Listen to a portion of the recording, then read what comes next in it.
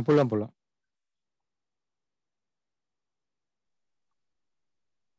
හරි recording on.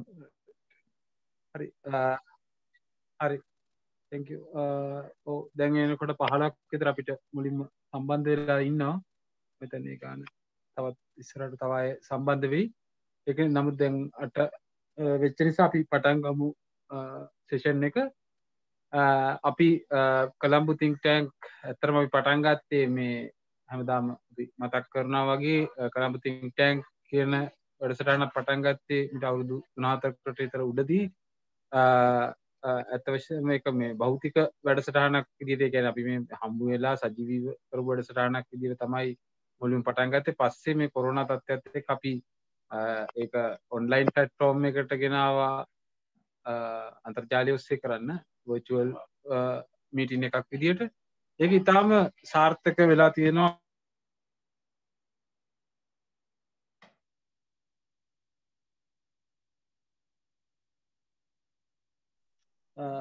පහුගිය දවස්වල අපිත් එක්ක විශාල පිරිසක් සම්බන්ධ වුණා විවිධාකාරවලින්. අපි විශේෂයෙන් දර්ශනය සහ විචාරාත්මක චින්තනයට අදාළ දේවල් තමයි මේ සංවාදය ඇතුළේදී සාකච්ඡා කළේ. නොයෙකුත් දාර්ශනිකයන් පිළිබඳව, හයිඩෙගර් පිළිබඳව, බුදුහාමුදුරුවෝ පිළිබඳව, සොක්‍රටිස් පිළිබඳව, ඩේකාට් පිළිබඳව, ෆූකෝ පිළිබඳව, විට්ගන්ස්ටයින් පිළිබඳව මේ ආදී වශයෙන් දාර්ශනික පිළිබඳව අපි සාකච්ඡා කළා. ධර්මකීර්ති පිළිබඳව දැන් අද අපි ආරාධනා කළා ධර්මකීර්ති පිළිබඳ දේශනාව සිදු කරපු බෞද්ධ විශ්වකෝෂ නියෝජකත්වරු බර්ට්‍රම් ග්‍රෙගරි ලියනගේ මහතාටම ප්‍රමාණ දර්ශනය පිළිබඳවත් අපිත් එක්ක පොඩි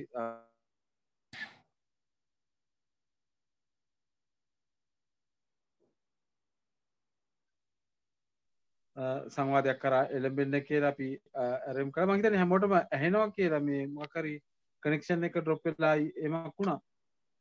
ඔව් ඒ කියන්නේ මම හිතන්නේ හැමෝටම තාම කට්ටිය සම්බන්ධ වෙන්න හදන දර්ශනය. එතකොට පොඩ්ඩක් මේ ඉන්ටරප්ට් වෙනවා.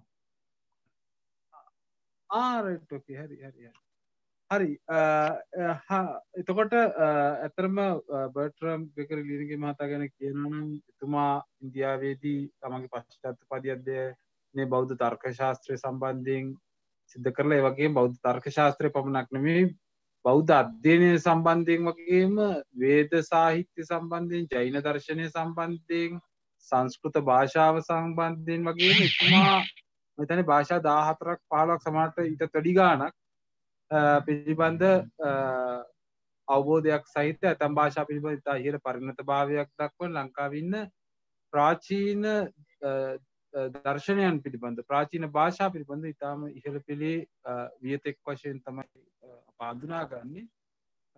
මම වැඩි කතා කරන්න උත්සාහ කරන්නේ මේ ප්‍රමාණ දර්ශනය ඇත්ත වශයෙන්ම අපිට මේ වැලිඩ් නොලෙජ් එකක් හොයා ගැනීමේ කාරණය පිළිබඳව සාකච්ඡා කරනකොට සෑහෙන්න දාර්ශනික වශයෙන් මතුවෙච්ච කාරණයක් විශේෂයෙන් ඉන්දිය දර්ශනය ඇතුළේ. නමුත් ඒක වෙනත් ස්වරූප වලින් බටහිර දර්ශනය ඇතුළේ අපිට ප්‍රමාණ දර්ශනයේදී කතා කරන කාරණේ බටහිර දර්ශනයේ වෙන නම් වලින් කතා කරලා තියෙනවා. ඉතින් මේ ප්‍රමාණ දර්ශනයේ දාර්ශනිකව ඉතාම වැදගත් කාරණයක්.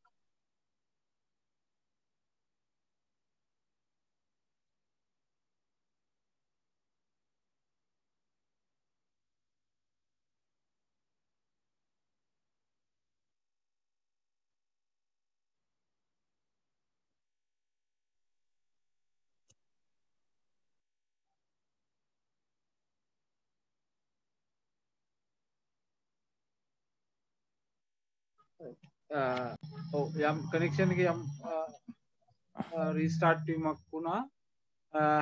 මම වැඩි වෙලා කතා කරන්න උත්සාහ කරන්නේ නැහැ. මම බර්ට්‍රම් ග්‍රෙගරි ලියනගේ මහත්මයාට ඉතාම ගෞරවයෙන් ආරාධනා කර සිටිනවා වැඩසටහන එතුමාගේ දේශනේ පවත්වාගෙන යන්න කියලා. අපිට විනාඩි 30 40ක් 50ක් වගේ කාලයක් වුණත් කමක් නැහැ. ඊළඟ පැය අපි බොහෝ දුරට සාකච්ඡාව සහ ප්‍රශ්න සඳහා පවත්වා ගැනීම ඔබතුමාගේ දේශනේ දැන් කරගෙන යන්න. බොහොම ස්තුතියි දර්ශන. ඒ වගේම අද කොළඹ think tank වලට සම්බන්ධ වෙලා සිටින හැම දෙනාටම හැමදෙනාම සාදරයෙන් පිළිගන්නවා. බොහොමත්ම ස්තුතියි සම්බන්ධ වීම ගැන. මේ අපි තාක්ෂණයත් එක්ක කනුදුණු කරන වැඩක්. මේ නිසා මේ ඇතැම් අවස්ථාවලදී සම්බන්ධතාව ගිලිහුණොත් මම දන්නේ නැහැ, මම සමහරට දිගටම කියාගෙන යනවා වෙන්න පුළුවන්. එහෙම වුණොත් මට පොඩ්ඩක් මතක් කරන්න සම්බන්ධතාව ගිලිහුණා කියලා. මම ඒ වුණාම මම කියපු දේ ආපස්සරයක් මතක් කරලා දෙන්නම්. නැත්තම් යම් ප්‍රමාණයක් මගේ හැරෙන්න පුළුවන්.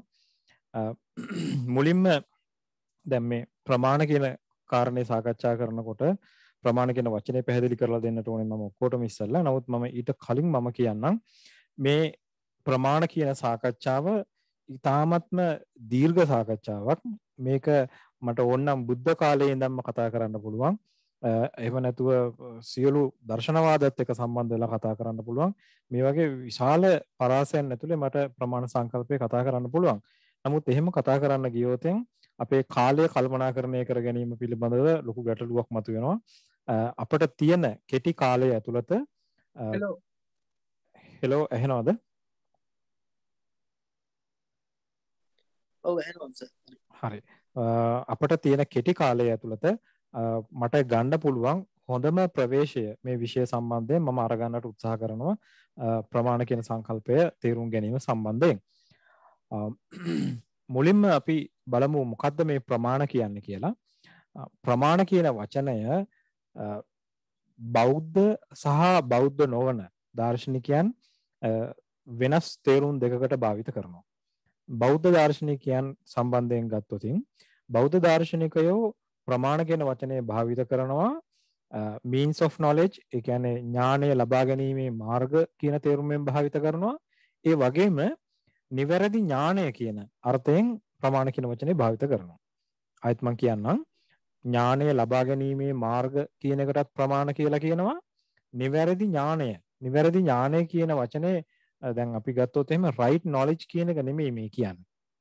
right knowledge කිව්වහම මේ ප්‍රමාණ ශාස්ත්‍රය ඇතුලේ knowledge කියන්නේ ඒක right තමයි. ඒක wrong knowledge right knowledge කියලා කතාවක් නෑ. knowledge කියන්නේ right. එතකොට ඒක wrong නම් ඒකට කියන්නේ error කියලා. එතකොට ಭಾರತೀಯ චින්තනය ඇතුලේදී මේකට වඩා වෙනස් වෙනවා. මොකද හේතුව ඥාන කියලා කිව්වේ අපි knowledge කියන එකට නෙමෙයි. සංස්කෘත භාෂාවෙන් ඥාන කියන වචනය බෞද්ධ සහ බෞද්ධ නොවන සම්ප්‍රදායන් දෙකම ඇතුලේ ඥාන කියන වචනය සම්බන්ධ වෙන්නේ cognition කියන වචනයට සමාන අර්ථයකින්. හැබැයි ඉංග්‍රීසියෙන් cognition කියන එකමයි සංස්කෘතයෙන් ඥාන කිව්වේ කියලා මම කියන්න යන්නේ නැහැ. මොකද හේතුව ඥාන කියන වචනය විවිධ දර්ශන සම්ප්‍රදායන් වල අඩු වැඩි වශයෙන් ඒවට කොටස් එකතු කර ගැනීමක් සිද්ධ වෙනවා. ඒතර මේ කොටස් එකතු කරගත්තා වූ සියලු කුලකයන් එක්කහු කරත් එහෙම අපිට ඒකට දෙන්න තනි වචනයක් නැහැ. නමුත් ආසන්න වචනයෙන් ගත්තොත් එහෙම ඥාන කියන වචනය සංස්කෘත භාෂාවේ ඥාන කියන වචනේ සමීප වෙන්නේ ඉංග්‍රීසි භාෂාවේ cognition කියන වචනයට මිසක knowledge කියන වචනයට නෙමෙයි. එතකොට මේ ඥාන කියන එක නිවැරදි අවස්ථාවට ආවහම ඒකට ඒගොල්ලෝ කිව්වා එක්කෝ සම්‍යක් ඥාන එහෙම නැත්නම් ප්‍රමාණ. ඔන්න ඔහමයි උනේ. සම්‍යක් ඥාන කියලා කිව්වා ප්‍රමාණ කියලා කිව්වා. මේ තමයි බෞද්ධයන්ගේ විග්‍රහය. මොකද බෞද්ධයෝ ඥානය ලබා ගැනීමේ මාර්ගය එකක්ය, නිවැරදි ඥානය එහෙම නැත්නම් සම්‍යක් ඥානය කියන එක තව එකක්ය කියලා කොටස් දෙකකට වෙන් කරගත්තේ නැහැ. ඔක දිග්නාග හාමුදුරුවෝ බොහොම පැහැදිලිවම කිව්වා මේ දෙක එකම කාසියේ දෙපැත්ත වගේ. ඔබ එකක් පැහැදිලි කරගන්නවා නම් ඒ දේ සමගම අනිත් දේත් පැහැදිලි වෙනවා කියලා. ඒක මම තවදුරටත් ඉස්සරහට පැහැදිලි කරන්නම් කොහොමද බෞද්ධයෝ එහෙම කතාවක් කිව්වේ, මොකද්ද ඒකට පාදක වුණේ කියලා. නමුත් බෞද්ධ නොවන අනිකුත් ಭಾರತೀಯ දර්ශන සම්ප්‍රදායන් ගත්තාම අනිකුත් ಭಾರತೀಯ දර්ශන සම්ප්‍රදායන් හැම එක්කෙනෙක්ම වගේ ප්‍රමාණ කියන වචනේ භාවිත කළේ ඥානය ලබා ගැනීමේ මාර්ග කියන අර්ථයෙන්.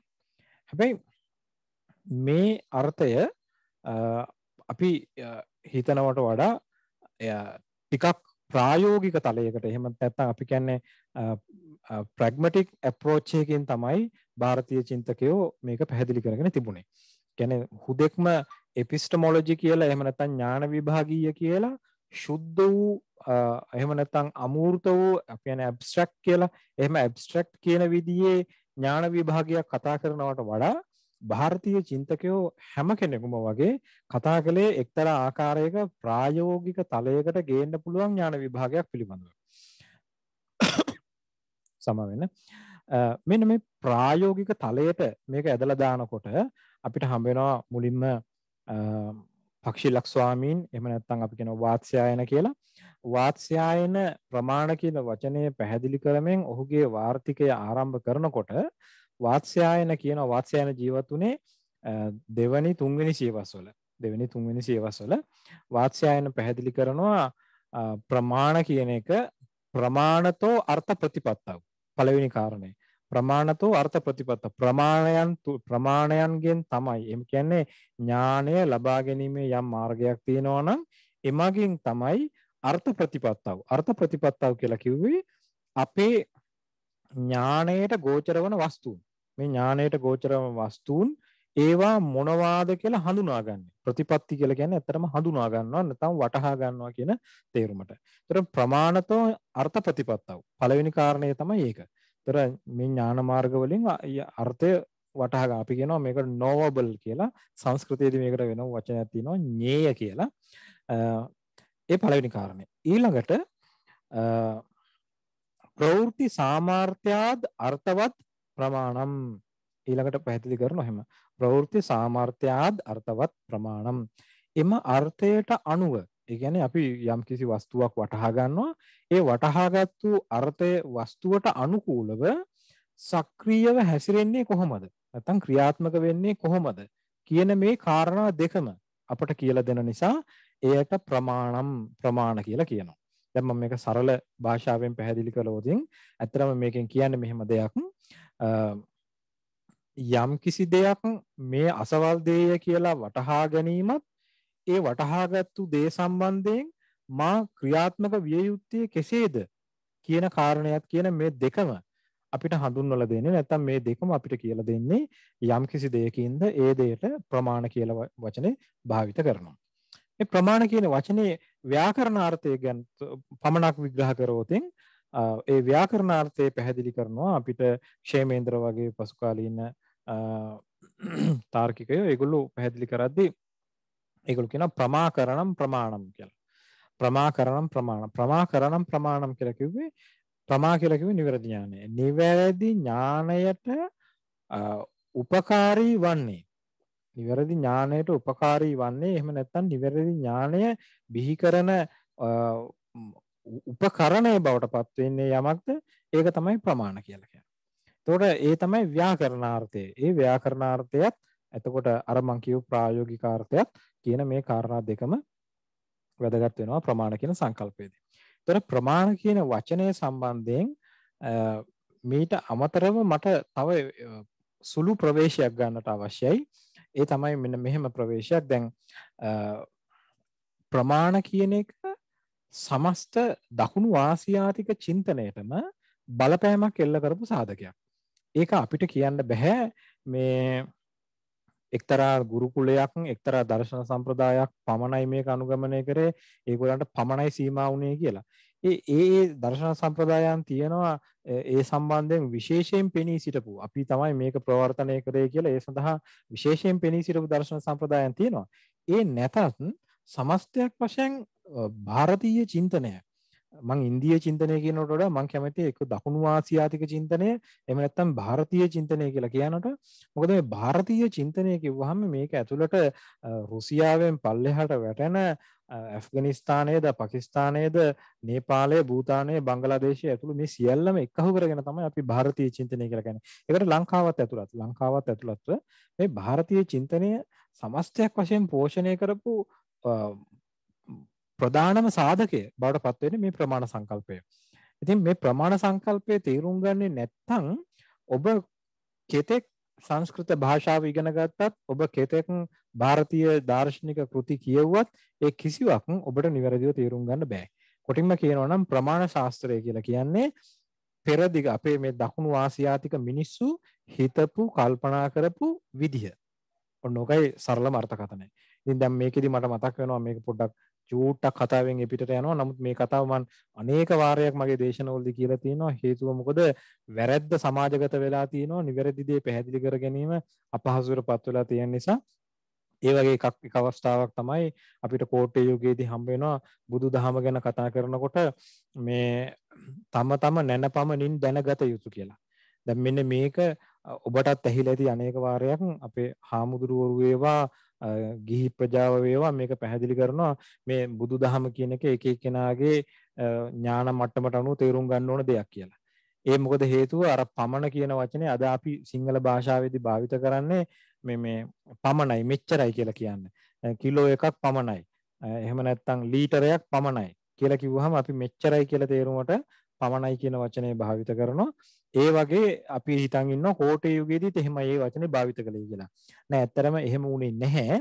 එම කවියෙන් බොහොම පැහැදිලිව කිව්වේ තම නැන පමණ කියලා. නැන පමණ කියලා කියන්නේ ඥාන ප්‍රමාණ කියන එක.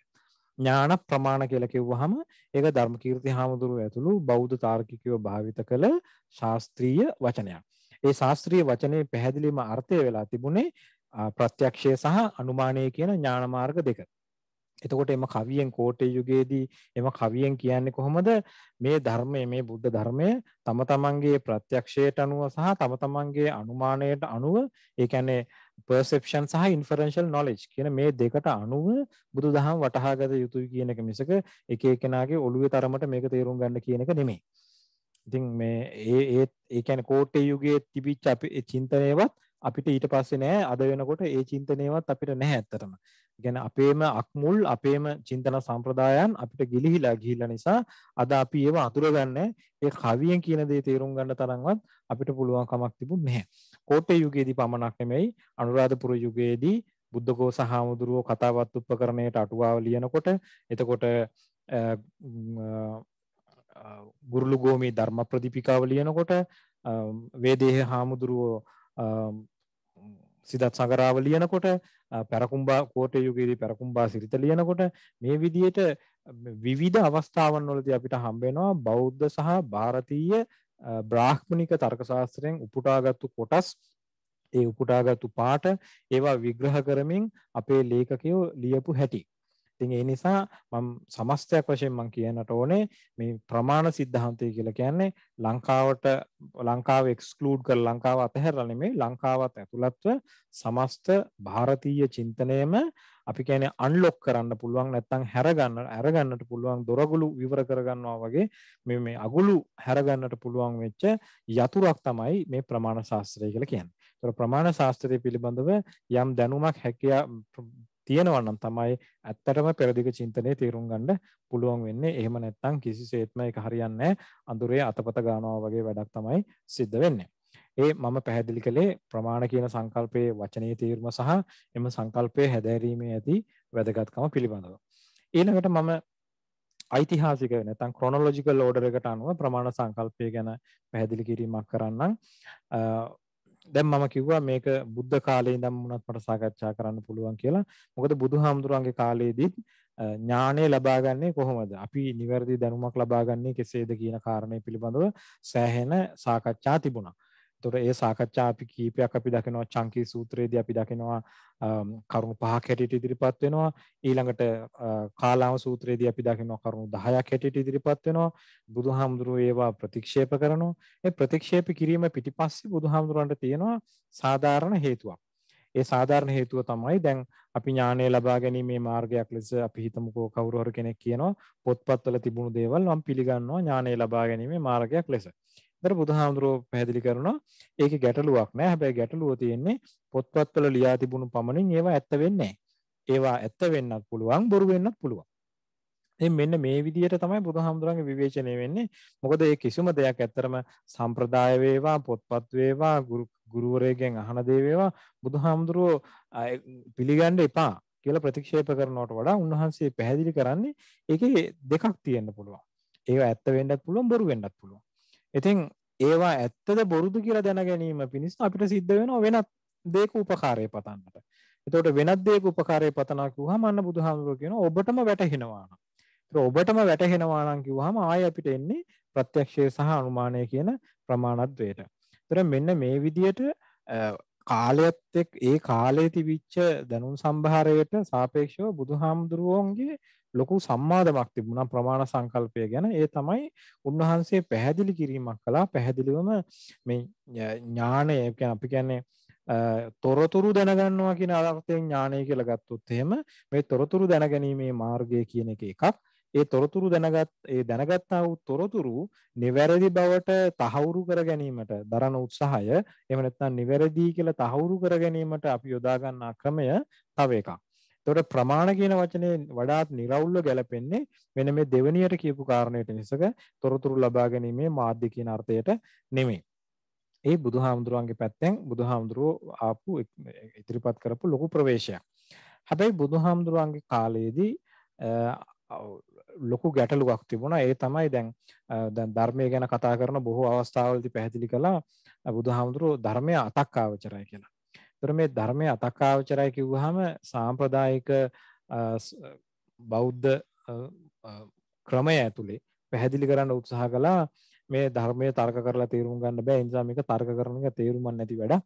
මේක තර්ක කරන්න නැතුව පිළිගන්න ඕනේ කියලා. එහෙම කිව්වොතින් ඒක බුදුහාමුදුරන්ගේ චින්තනයට පටහැනි. මොකද හේතුව බුදුහාමුදුරුවෝ කිසිසේත්ම එකඟ වුණේ නැහැ උන්වහන්සේගේ ධර්මය අන්ධයෙක් වගේ පිළිගන්නවට. කාලාම සූත්‍රයේදීත් අවසානයේදී මාසත්තා නෝගරු මේ ගුරුවරයා අපගේ ශාස්ත්‍රූවරයා නැත්තම් මේ ඉන්නේ අපේ ගුරුවරයා නේද? එයා කියන දේ අපි පිළිගන්න ඕනේ නේද කියලා එහෙම ගෞරවයෙන් ශ්‍රද්ධාවෙන් ගුරුවරයා කියන දේ වුණත් පිළිගන්න කියලා බුදුහාමුදුරුවෝ අනුමත කරන්නේ නැහැ.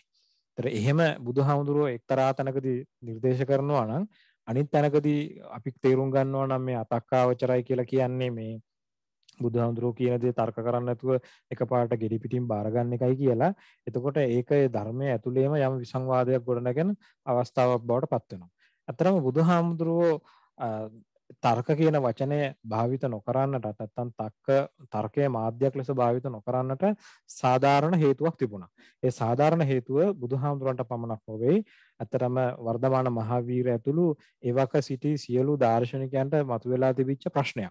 ඒ ප්‍රශ්නේ තමයි නිවැරදි තර්ක ශාස්ත්‍රයක් කියන්නේ මොකක්ද? තර්ක ශාස්ත්‍රයක නිවැරදි මූලධර්ම මොනවද කියලා හඳුනාගෙන තිබුණේ නැහැ බුද්ධ කාලේ වෙනකොට.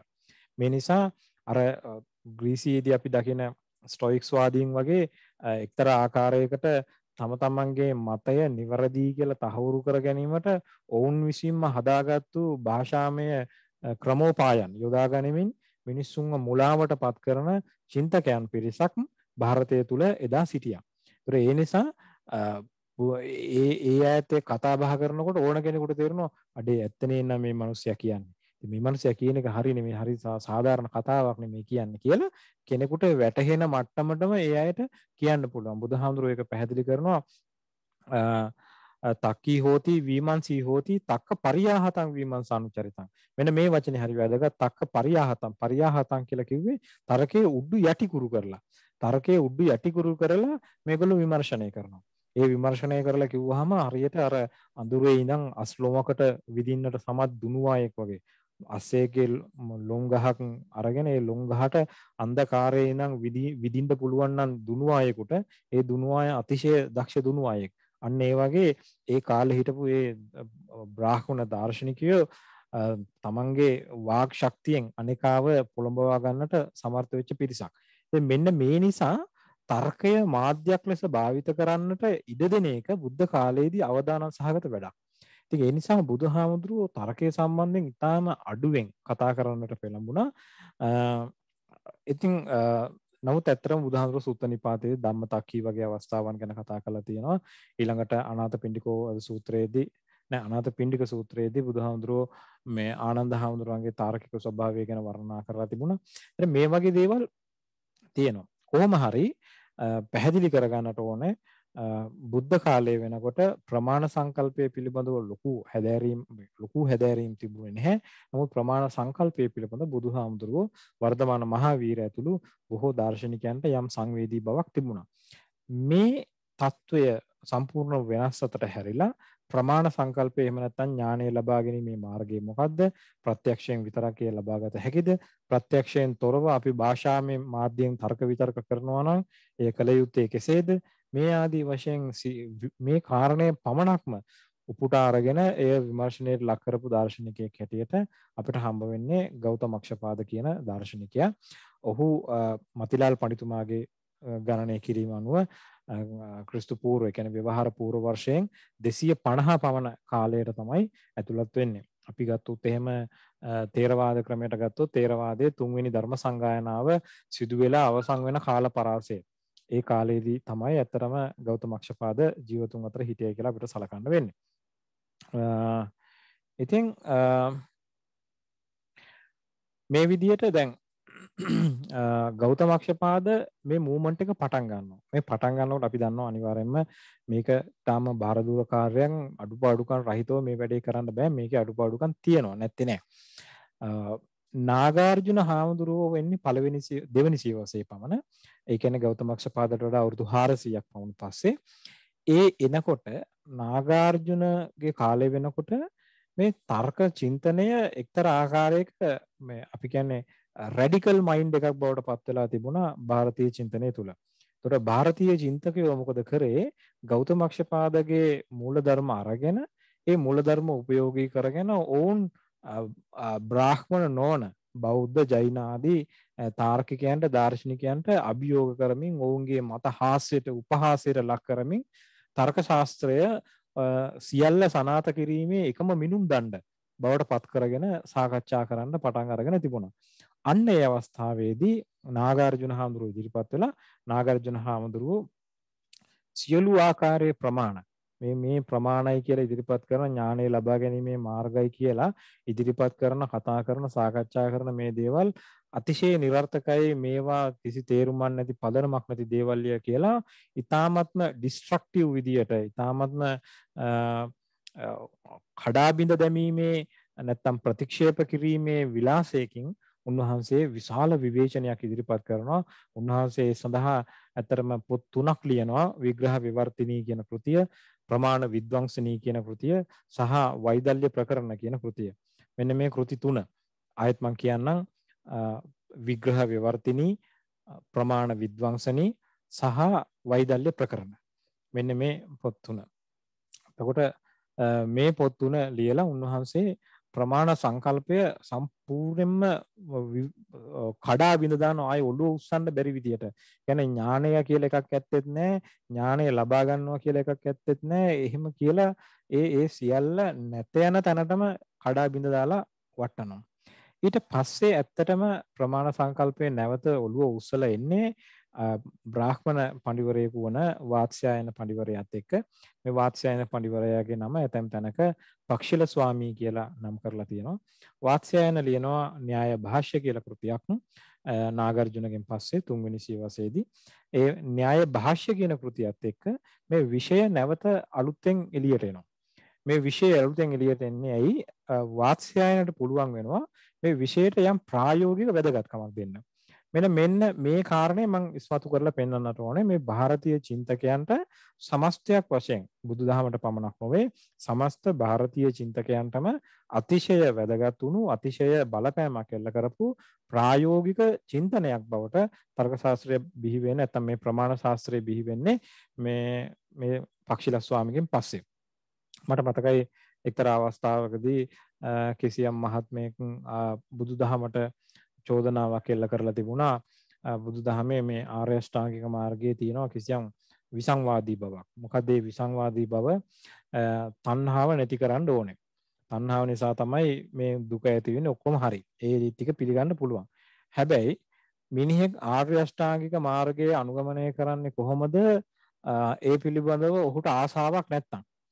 ඒතර ආර්ය අෂ්ටාංගික මාර්ගයේ අනුගමනය කිරීම නම් තණ්හාව නැති කිරීම කියලා කියන්නේ. තණ්හාව නැති කරන්න තණ්හා කරනවා කියන එක වෙන්න බෑ. ඒක විසංවාදී කාරණයක් කියලා මේ මහත්තයා පෙන්වලා දීමක් කළා. ඇත්තටම ඒක මම හිතන්නේ මේ ಭಾರತೀಯ බුදුදහමට නෙමෙයි සමස්තයක් වශයෙන් ಭಾರತೀಯ චින්තනයටම කරපු ඉතාමත්ම මේ ලාබාල ගණේ විවේචනයක්. මොකද හේතුව බුදුදහම සම්බන්ධයෙන් අනේක ප්‍රකාර විවේචන එල්ල කරලා තියෙනවා බ්‍රාහ්මණ දාර්ශනිකයෝ සහ ජෛන දාර්ශනිකයෝ. ඒ කිසිම කෙනෙක් ඔය කතාව ඔය විදිහට කියලා නැහැ. එතකොට අවුරුදු 2000ක් තිස්සේ කිසිදු ಭಾರತೀಯ දාර්ශනිකයෙකු නගපු නැති චෝදනාවක් මේ මහත්තයා මෙහෙම නගන්නේ ඇයි? අන්න ඒකට තමයි මම කිව්වේ මේ ಭಾರತೀයයන්ගේ ප්‍රමාණ સિદ્ધාන්තය ඉගෙන ගත නැති මිනිස්සුෙකුට ಭಾರತೀය චින්තනය තේරුම් ගන්න බෑ, ඒක අන්ලොක් කරගන්න බෑ කියලා. ඒකට හේතුව තමයි ಭಾರತೀය චින්තකයෝ කවමදාකවත් පිළිගත්තේ නැහැ මිනිහෙකුගේ චර්යාව තීරණය වෙන්නේ ඔහුගේ රුචි අරුචිකම් මත කියලා. මොකද හේතුව රුචි අරුචිකම් කියන එක හැමතිස්සෙම උන් දැක්කේ ද්විතීයක කාරණයක්.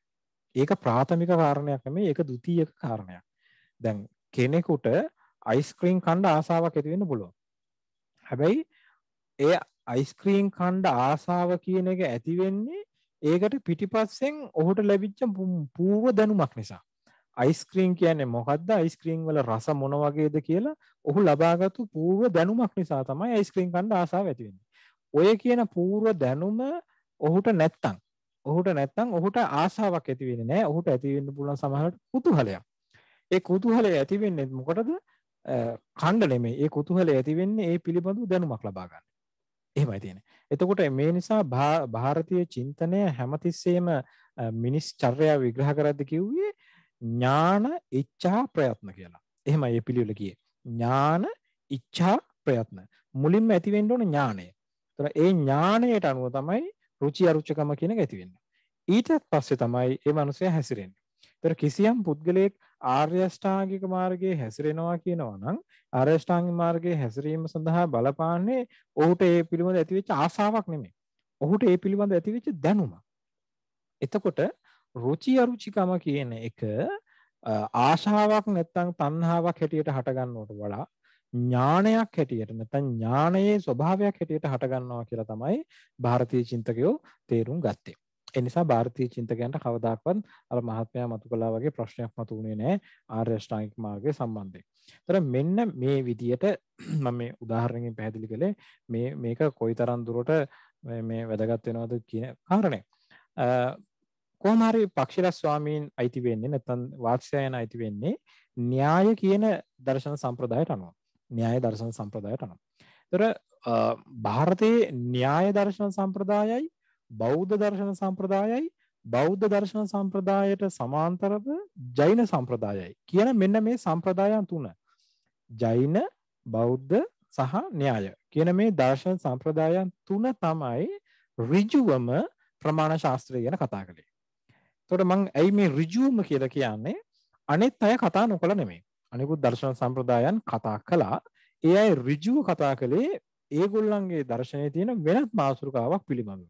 දැන් උදාහරණයක් විදියට වේද පූර්ව මීමාංසා සම්ප්‍රදාය ගත්තහම පූර්ව මීමාංසා කියන දර්ශන සම්ප්‍රදාය කතා කළේ කොහොමද නිවැරදිව යාගයක් කරන්නේ? කොහොම යාගයක් කරොත්ද මිනිහෙකුට ඒකෙන් ප්‍රතිඵල ලැබෙන්නේ? ඒක තමයි සාකච්ඡා කළේ. ඒතකොට මන්ත්‍ර උච්චාරණය කරන්නේ කොහොමද නිවැරදිව? මන්ත්‍ර වැරදුනොත් එහෙම මොකද වෙන්නේ? මන්ත්‍ර වැරදෙන්නේ නැති විදියට ඒ මන්ත්‍ර නිවැරදි කරගන්නේ කොහොමද? එතකොට දැන් මන්ත්‍ර භාවිත කිරීමේදී තියෙනවා තමා උදෙසා කරගන්නකොට එක විදියක් අනිත් කෙනා උදෙසා කරගන්නකොට තව විදියක්. මේ විදියට මන්ත්‍රය වෙනස් කරගන්නේ කොහොමද? සමහරවිට එකම මන්ත්‍රය උපයෝගිතාවට අනුව වෙනස් කරන. දැන් කෙනෙක් කියනවා එයාට යාගයක් කරන්න ඕනේ දරුවෙක් ලැබෙන්න ඕනේ කියලා. තව කෙනෙක් කියනවා එයාට යාගයක් කරන්න ඕනේ බිරිඳක් ඕනේ හින්දා. එයාට බිරිඳක් නැහැ ඒකට යාගයක් කරන්න ඕනේ. එතකොට එක එක කෙනාට තියෙන එක එක අවශ්‍යතාවයන්. ඒ අවශ්‍යතාවයන්ට අනුව මන්ත්‍ර වෙනස් වෙන්න ඕනේ. ඒතර මේ මන්ත්‍ර වෙනස් කරගන්නේ කොහොමද? අන්න ඒ වගේ දේවල් වලට තමයි මීමාංසා දාර්ශනික වැඩිපුර මෙහෙය වෙලා තියෙන්නේ. ඒතර වැඩිපුර ඒගොල්ලෝ කතා කරන්නේ ඒවා. ඒ අතරතුරේදී මීමාංසා දාර්ශනිකයන්ට සිද්ධ වෙනවා සමහර කාරණා ඔප්පු කරලා පෙන්වන්නට ඒක එහෙම නෙමෙයි මෙහෙමයි වෙන්නේ අර එහෙම නෙමෙයි මෙහෙමයි වෙන්නේ කියලා කියන්නේ. අන්න එතකොට ඒගොල්ලෝ අන්න ප්‍රවිෂ්ඨ වෙනවා මේ තර්ක සම්ප්‍රදාය ඇතුලේ කොහොමද ඒ සාකච්ඡා කළේ කියලා ඒක ගැන පොඩි කතා බහක් යනවා. දැන් මෙන්න මේ විදිහට අනිකුත් සාංඛ්‍ය යෝග ආදී අනිකුත් දර්ශන සම්ප්‍රදායන් ගත්තහමත් එහෙමයි. ඒගොල්ලෝ හැමෝම ප්‍රමාණ ශාස්ත්‍රය පිළිබඳව යම් පමණකට කතා කරනවා. හැබැයි කතා කරන්නේ ප්‍රධාන වශයෙන් නෙමෙයි.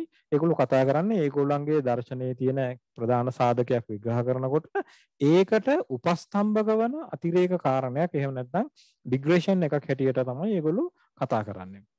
එතකොට මෙන්න මේ නිසා මම මගේ සාකච්ඡාව බොහෝ දුරට සීමා කරගන්නවා මෙන්න මේ කියන මේ ප්‍රධාන ප්‍රවාහයන්ට. ඊළඟට මම මේ කතා කළේ මේ ක්‍රොනොලොජිකලි කොහොමද මේක ආවේ කියන එක. එතන පක්ෂිලස් ස්වාමීගෙන් පස්සේ පක්ෂිලස් ස්වාමී දැයි ආරම්භ කරපු අර ප්‍රායෝගික ක්‍රියාවලියත් එක්ක ඥානය ප්‍රායෝගිකව කොහොමද වැදගත් වෙන්නේ කියන කාරණයත් එක්ක මේ දර්ශනය නැත්නම් ප්‍රමාණ ශාස්ත්‍රය කියන එක සෑම දර්ශනයක් එක්කම දිගින් දිගට සාකච්ඡා කරගෙන ගියා. ඊළඟට මම කතා කරන්නම් මේ ප්‍රමාණ ශාස්ත්‍රයේ තියෙන ස්වභාවය පිළිබඳව. ප්‍රමාණ ශාස්ත්‍රයේ තියෙන ස්වභාවය කරුණු කීපයක් ඔස්සේ සාකච්ඡා කරන්නට ඕනේ. පළවෙනි කාරණය තමයි මේ ප්‍රමාණ ශාස්ත්‍රයේදී ඒ අය භාවිත කළ භාෂා විලාසය. මේක අතිශය වැදගත් කාරණයක්. දැන් බෞද්ධයන්ට තියෙනවා බෞද්ධයන්ගේ භාෂා විලාසයක්. එතකොට බ්‍රාහ්මණ සම්ප්‍රදායන් වලත් ඒ සම්ප්‍රදායන්ට තියෙනවා ඒගොල්ලන්ට ආවේනික භාෂා විලාසයක්. නමුත් මේ එක එක්කෙනා තම තමන්ට අයිති භාෂා විලාසයන් ඇතුලේ කතා බහ කරන්නට ගියොතින් ඔවුන්ගේ sannivedanaය හරිම දුෂ්කර වෙනවා. ඒ කියන්නේ තවත් සරලව කියනවා නම් බෞද්ධයෙකුගේ මතයක් ජෛනයෙකුට හෝ සාංඛ්‍ය කෙනෙකුට පැහැදිලි කරලා දෙන්න ගියාම හරි අමාරුයි වෙනවා. මොකද ඒ ජෛනයා හෝ සාංඛ්‍යයා දන්නේ නැහැ බෞද්ධ වාක්කෝෂය මොකක්ද කියලා. එතකොට ඒක හරි ගැටලුවක්. අනිත් පැත්තෙන් ඒගොල්ලන්ටත් එහෙමයි.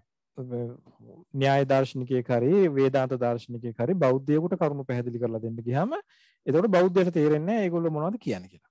එතකොට මෙන්න මේ ප්‍රශ්නේ මතුවෙන නිසා මේ න්‍යාය දර්ශනය බිහිවීමත් සමග න්‍යාය දර්ශනය ප්‍රචලිත වීමත් සමග මේගොල්ලෝ ඇතුලේ ඇති කරගත්ත යම් අනිර්වාචික සම්මුතියක්, ඒ කියන්නේ වචනයෙන් කොහෙවත් ලියලා දීපු සම්මුතියක් නෙමෙයි. නමුත් ඒගොල්ලෝ නොනිල වශයෙන් සම්මුතියක් හදාගෙන තිබුණා. එක්තරා ආකාරයක shared vocabulary එකක්. ඒ කියන්නේ එකිනෙකනාට පොදු වෙච්ච වාක්කෝෂයක් භාවිත කරන්න. ඒතර ඒක 100%ක්ම මම කියන්නේ පොදු වාක්කෝෂයක් කියලා. නමුත් ඔවුනොවුන්ට බොහෝ සෙයින් සමීප වෙච්ච වාක්කෝෂයක් භාවිත කළා. මෙන්න මේ වාක්කෝෂය පිළිබඳව ප්‍රමාණවත් දැනුමක් නැති කෙනෙකුටත් මේ ප්‍රමාණ ශාස්ත්‍රය හදාරන්න බෑ. මොකද මට මතකයි මගේ පෞද්ගලික අත්දැකීමක් කියනවා නම් මම ಭಾರತයේ දැන් ප්‍රමාණ ශාස්ත්‍රය හදාරන්නට ගියාම මගේ ගුරුතුමිය මනීෂා පනසලකර් කියලා ඇය බ්‍රාහ්මණ කාන්තාවක්. ඇය මේ විෂය පිළිබඳ ප්‍රවීණ කාන්තාවක්. ඇය මට පළවෙනි සති දෙක තුන උගන්වනකොට මට කිසිම දෙයක් වැටහෙන්නේ නැහැ. මං හරිම අමාරුවෙන් තමයි තේරුම් ගන්නේ. මොකද හේතුව කිසිම පරිවර්තන මොනවත්ම නැහැ. සංස්කෘත පෙළක් දෙනවා මට කෙලින්ම මම ගිය ගමම ඉස්සල්ලාම හැදෑරුවේ පක්ෂිල ස්වාමින්ගේ න්‍යාය භාෂය. ඒක තමයි හැදෑරුවේ. ඒක කෙලින්ම මට සංස්කෘත පෙළ ලබා දෙනවා. සංස්කෘත පෙළ ලබා දීලා ඇය ඉංග්‍රීසියෙනුයි සංස්කෘතෙනුයි තමයි උගන්වන්නේ. සංස්කෘත වචනයක් බැරුව ගියොත් ඒක පැහැදිලි කරන්නේ සංස්කෘතෙන්. ඉතින් මට අරක හිතා ගන්න බෑ කොහොමද කියවලා තේරුම් ගන්න කියලා. මම මෙච්චර දවසක් සංස්කෘත ඉගෙන ගත්තද කියලා වගේ හැඟීමකුත් මට ඇති වුණා. ඒ තරමට මේක දුෂ්කරයි. නමුත් ඇය ටික දවසක් උගන්වනකොට තේරුම් ගත්තා මම මේ විෂයේ තියෙන වාක්කෝෂය පිළිබඳව දැනුවත් නැහැ. ඒ නිසා තමයි මේ ගැටලුව මතුවෙන්නේ කියලා. ඊට පස්සේ ඇය මං වෙනුවෙන් අතිරේක කාලයක් වැය කරලා වැටුපක් ලැබුණේ නැහැ. ඒ සඳහා ඇයට ඇය නොමිලේම ඇත්තටම අතිරේක කාලයක් වැය කරලා මට වෙනම ඉගැන්වීමක් කළා. කොහොමද සංස්කෘතෙන් භාෂා ග්‍රන්ථයක් ලියන්නේ, සංස්කෘතයේ මේ න්‍යාය වාක්කෝෂය හසුරවන්නේ කොහොමද, ඒගොල්ලෝ සංස්කෘත භාෂා ප්‍රයෝග භාවිත කරන්නේ කොහොමද කියලා මට වෙනම ඉගැන්වීමක් කළා. ඊට පස්සේ තමයි මට පුළුවන් වුණේ ඒ සංස්කෘත ග්‍රන්ථ කියවලා තේරුම් ගන්න. ඉතින් ඒ වෙලාවේ තමයි මම තේරුම් ගත්තේ සංස්කෘත භාෂාව පිළිබඳ දැනුම ප්‍රමාණවත් වෙන්නේ නැහැ. ඒ පිළිබඳව කියන්නේ අපි ඒ ටෙක්නිකල් පැත්තක් තියෙනවා. ඒ ලැන්ග්වේජ් එක භාවිත කරන ඒක තේරුම් ගන්නට ඕනේ. ඉතින් ඒ ප්‍රමාණ ශාස්ත්‍රය සම්බන්ධයෙන් අපි දැනගත යුතු පළවෙනි කාරණය. දෙවෙනි කාරණය තමයි දැන් මම කියවනේ මේ shared vocabulary එකක් භාවිත කළා කියලා. නැත්නම් හැමෝම පොදු වාක්කෝෂයක් භාවිත කළා කියලා. හැබැයි මේ පොදු වාක්කෝෂය ඒ සම්ප්‍රදායන් ඇතුලේ ආපහු සැරයක් ඒගොල්ලෝ නැවත අර්ථ විවරණය කරන්න පටන් ගත්තා. අන්න ඒ නිසා සමහර වෙලාවට අපි ප්‍රත්‍යක්ෂ කියන වචනේ, අපි උදාහරණයක් විදිහට ප්‍රත්‍යක්ෂ කියන වචනේ ගත්තාම ඒ ප්‍රත්‍යක්ෂ කියන වචනේ සියලුම සම්ප්‍රදායන් ඇතුලේ භාවිත වෙලා තියෙනවා. හැබැයි සෑම සම්ප්‍රදායකටම පොඩි වෙනස්කම් තියෙනවා. පොඩි වෙනස්කම් තියෙනවා. ඒ හින්දා කිසිසේත්ම අපි එක සම්ප්‍රදායක් ඇතුලේ ප්‍රත්‍යක්ෂය පිළිබඳ නිර්වචන ඉගෙන ගත්තා නම් ඒ අර්ථකථනය තමයි අනිත් සම්ප්‍රදාය ඇතුලේ තියෙන්නේ කියලා හිතන්න බෑ. ඒ නිසා සමහරවිට වාක්කෝෂය සමානයි. නමුත් ඒ වාක්කෝෂයට පිටිපස්සෙන් තියෙන අර්ථකථනවල චූටි වෙනස්කම් තියෙනවා. ඒ වෙනස්කම් හඳුනා නොගත්තොත් අපි ඒ ලොකු අවුලක වැටෙනවා. ඒ සම්ප්‍රදායන් නිවැරදිව කියවා ගන්න බැරි වෙනවා. ඒ තමයි දෙවෙනියට අපි දැනගත යුතු කාරණය. තුන්වෙනි කාරණය තමයි මේ කිසිදු දර්ශන සම්ප්‍රදායක් ප්‍රමාණ සංඛ්‍යාව කියන කාරණේදී එකඟතාවකට ඇවිල්ලා තිබුණේ නැහැ. කියන්නේ ඥානය ලබා ගැනීමේ මාර්ග කීයක් තියෙනවද කියලා ඇහුවොත් එහෙම ඒගොල්ලෝ එක මතයක හිටියේ නැහැ. ප්‍රත්‍යක්ෂයේ පමණක් බාරගත්තු පිරිසක් හිටියා. ඒ තමයි චාර්වාක එහෙම නැත්නම් භෞතික දාර්ශනිකයෝ. සායන මාධවගේ සර්වදර්ශන සංග්‍රහය ගත්තොත් එහෙම මේ සර්වදර්ශන සංග්‍රහය ඇත්තටම පටන් අරන් තියෙන්නේ ප්‍රමාණවල පිළිගැනීමේ අනුපිළිවෙලට අනුව. ඒ කියන්නේ ප්‍රමාණ එකක් පිළිගත්ත කෙනා 20ලා විග්‍රහ කරනවා. ඊට පස්සේ එයාව විවේචනය කරලා තමයි ඊළඟ එක්කෙනා එන්නේ කියලා ප්‍රමාණ දෙකක් පිළිගත්ත කෙනාගේ දර්ශනය ඊට පස්සේ විග්‍රහ කරනවා. ඊට පස්සේ ප්‍රමාණ තුනක් පිළිගත්ත කෙනාගේ දර්ශනය ඊට පස්සේ විග්‍රහ කරනවා. මෙන්න මේ විදිහට ඒ ප්‍රමාණ පිළිගත්තා වූ අනුපිළිවෙලට තමයි සර්වදර්ශන සංග්‍රහයේදී ಭಾರತೀಯ දර්ශනය ඉදිරිපත් කරන්න උත්සාහ කරලා තියෙන්නේ සායන මාධව. ඒ විදිහට මේ ප්‍රමාණ පිළිගැනීම ගැන ප්‍රමාණ සංඛ්‍යාව පිළිගැනීම ගැන ಭಾರತೀය දර්ශනය තුල එකඟතාවක් තිබිලා නැහැ. මම මුලින් කිව්වා දැන් චාර්වාක දර්ශනයේදී ප්‍රමාණ එකයි පිළිගත්තේ. ප්‍රත්‍යක්ෂයේ විතරයි පිළිගත්තේ. ඊළඟට බෞද්ධ සහ වෛශේෂික කියලා දර්ශන සම්ප්‍රදායක් තිබ්බා. මේ බෞද්ධ සහ වෛශේෂික දර්ශන සම්ප්‍රදායන් ඇතුලේ ප්‍රමාණ දෙකක් පිළිගත්තා. ප්‍රත්‍යක්ෂය සහ අනුමානය කියලා. හැබැයි ආපසරයක් මම කියන්න ඕනේ සංඛ්‍යාත්මක වශයෙන් මේ දෙගොල්ලෝ සමාන වුණාට බෞද්ධයෝ ප්‍රත්‍යක්ෂය කියපු දෙයට නෙමෙයි වෛශේෂිකයෝ ප්‍රත්‍යක්ෂය කිව්වේ. බෞද්ධයෝ අනුමානයි කියපු එකට නෙමෙයි වෛශේෂිකයෝ අනුමානයි කිව්වේ. ඒතර වචන විතරයි සමාන වෙන්නේ. ඒගොල්ලන්ගේ සංකල්පීය විග්‍රහය සම්ප්‍රදායන් දෙක ඇතුලේ වෙනස් වෙනවා. ඊළඟට මේ දෙකට අමතරව ශාබ්ද සංකල්පයේ පමණක් පිළිගත්ත පිරිසක් හිටියා. ඒ තමයි සාංඛ්‍යයෝ. ශාබ්ද සංකල්පයේ ප්‍රත්‍යක්ෂයයි අනුමානයයි ශාබ්ද එහෙම නැත්නම් පොත්පත්වල තියෙන දේ ශ්‍රුතිය කියන ප්‍රමාණය. ඊළඟට ඊට අමතරව උපමාන කියලා එකකුත් පිළිගත්තා. ඒගොල්ලෝ නෛයායිකයෝ. මම මේ හැම එකක් පැහැදිලි කරන්න එක එකට. උපමාන කියලා එකක් පිළිගත්තා. එතකොට 4යි. ඊළඟට ප්‍රභාකරගේ දර්ශන සම්ප්‍රදාය මීමාංසා දර්ශන සම්ප්‍රදාය ඇතුලේ ප්‍රභාකර අර්ථාපත්ති කියලා එකක් පිළිගත්තා. අර්ථාපත්ති.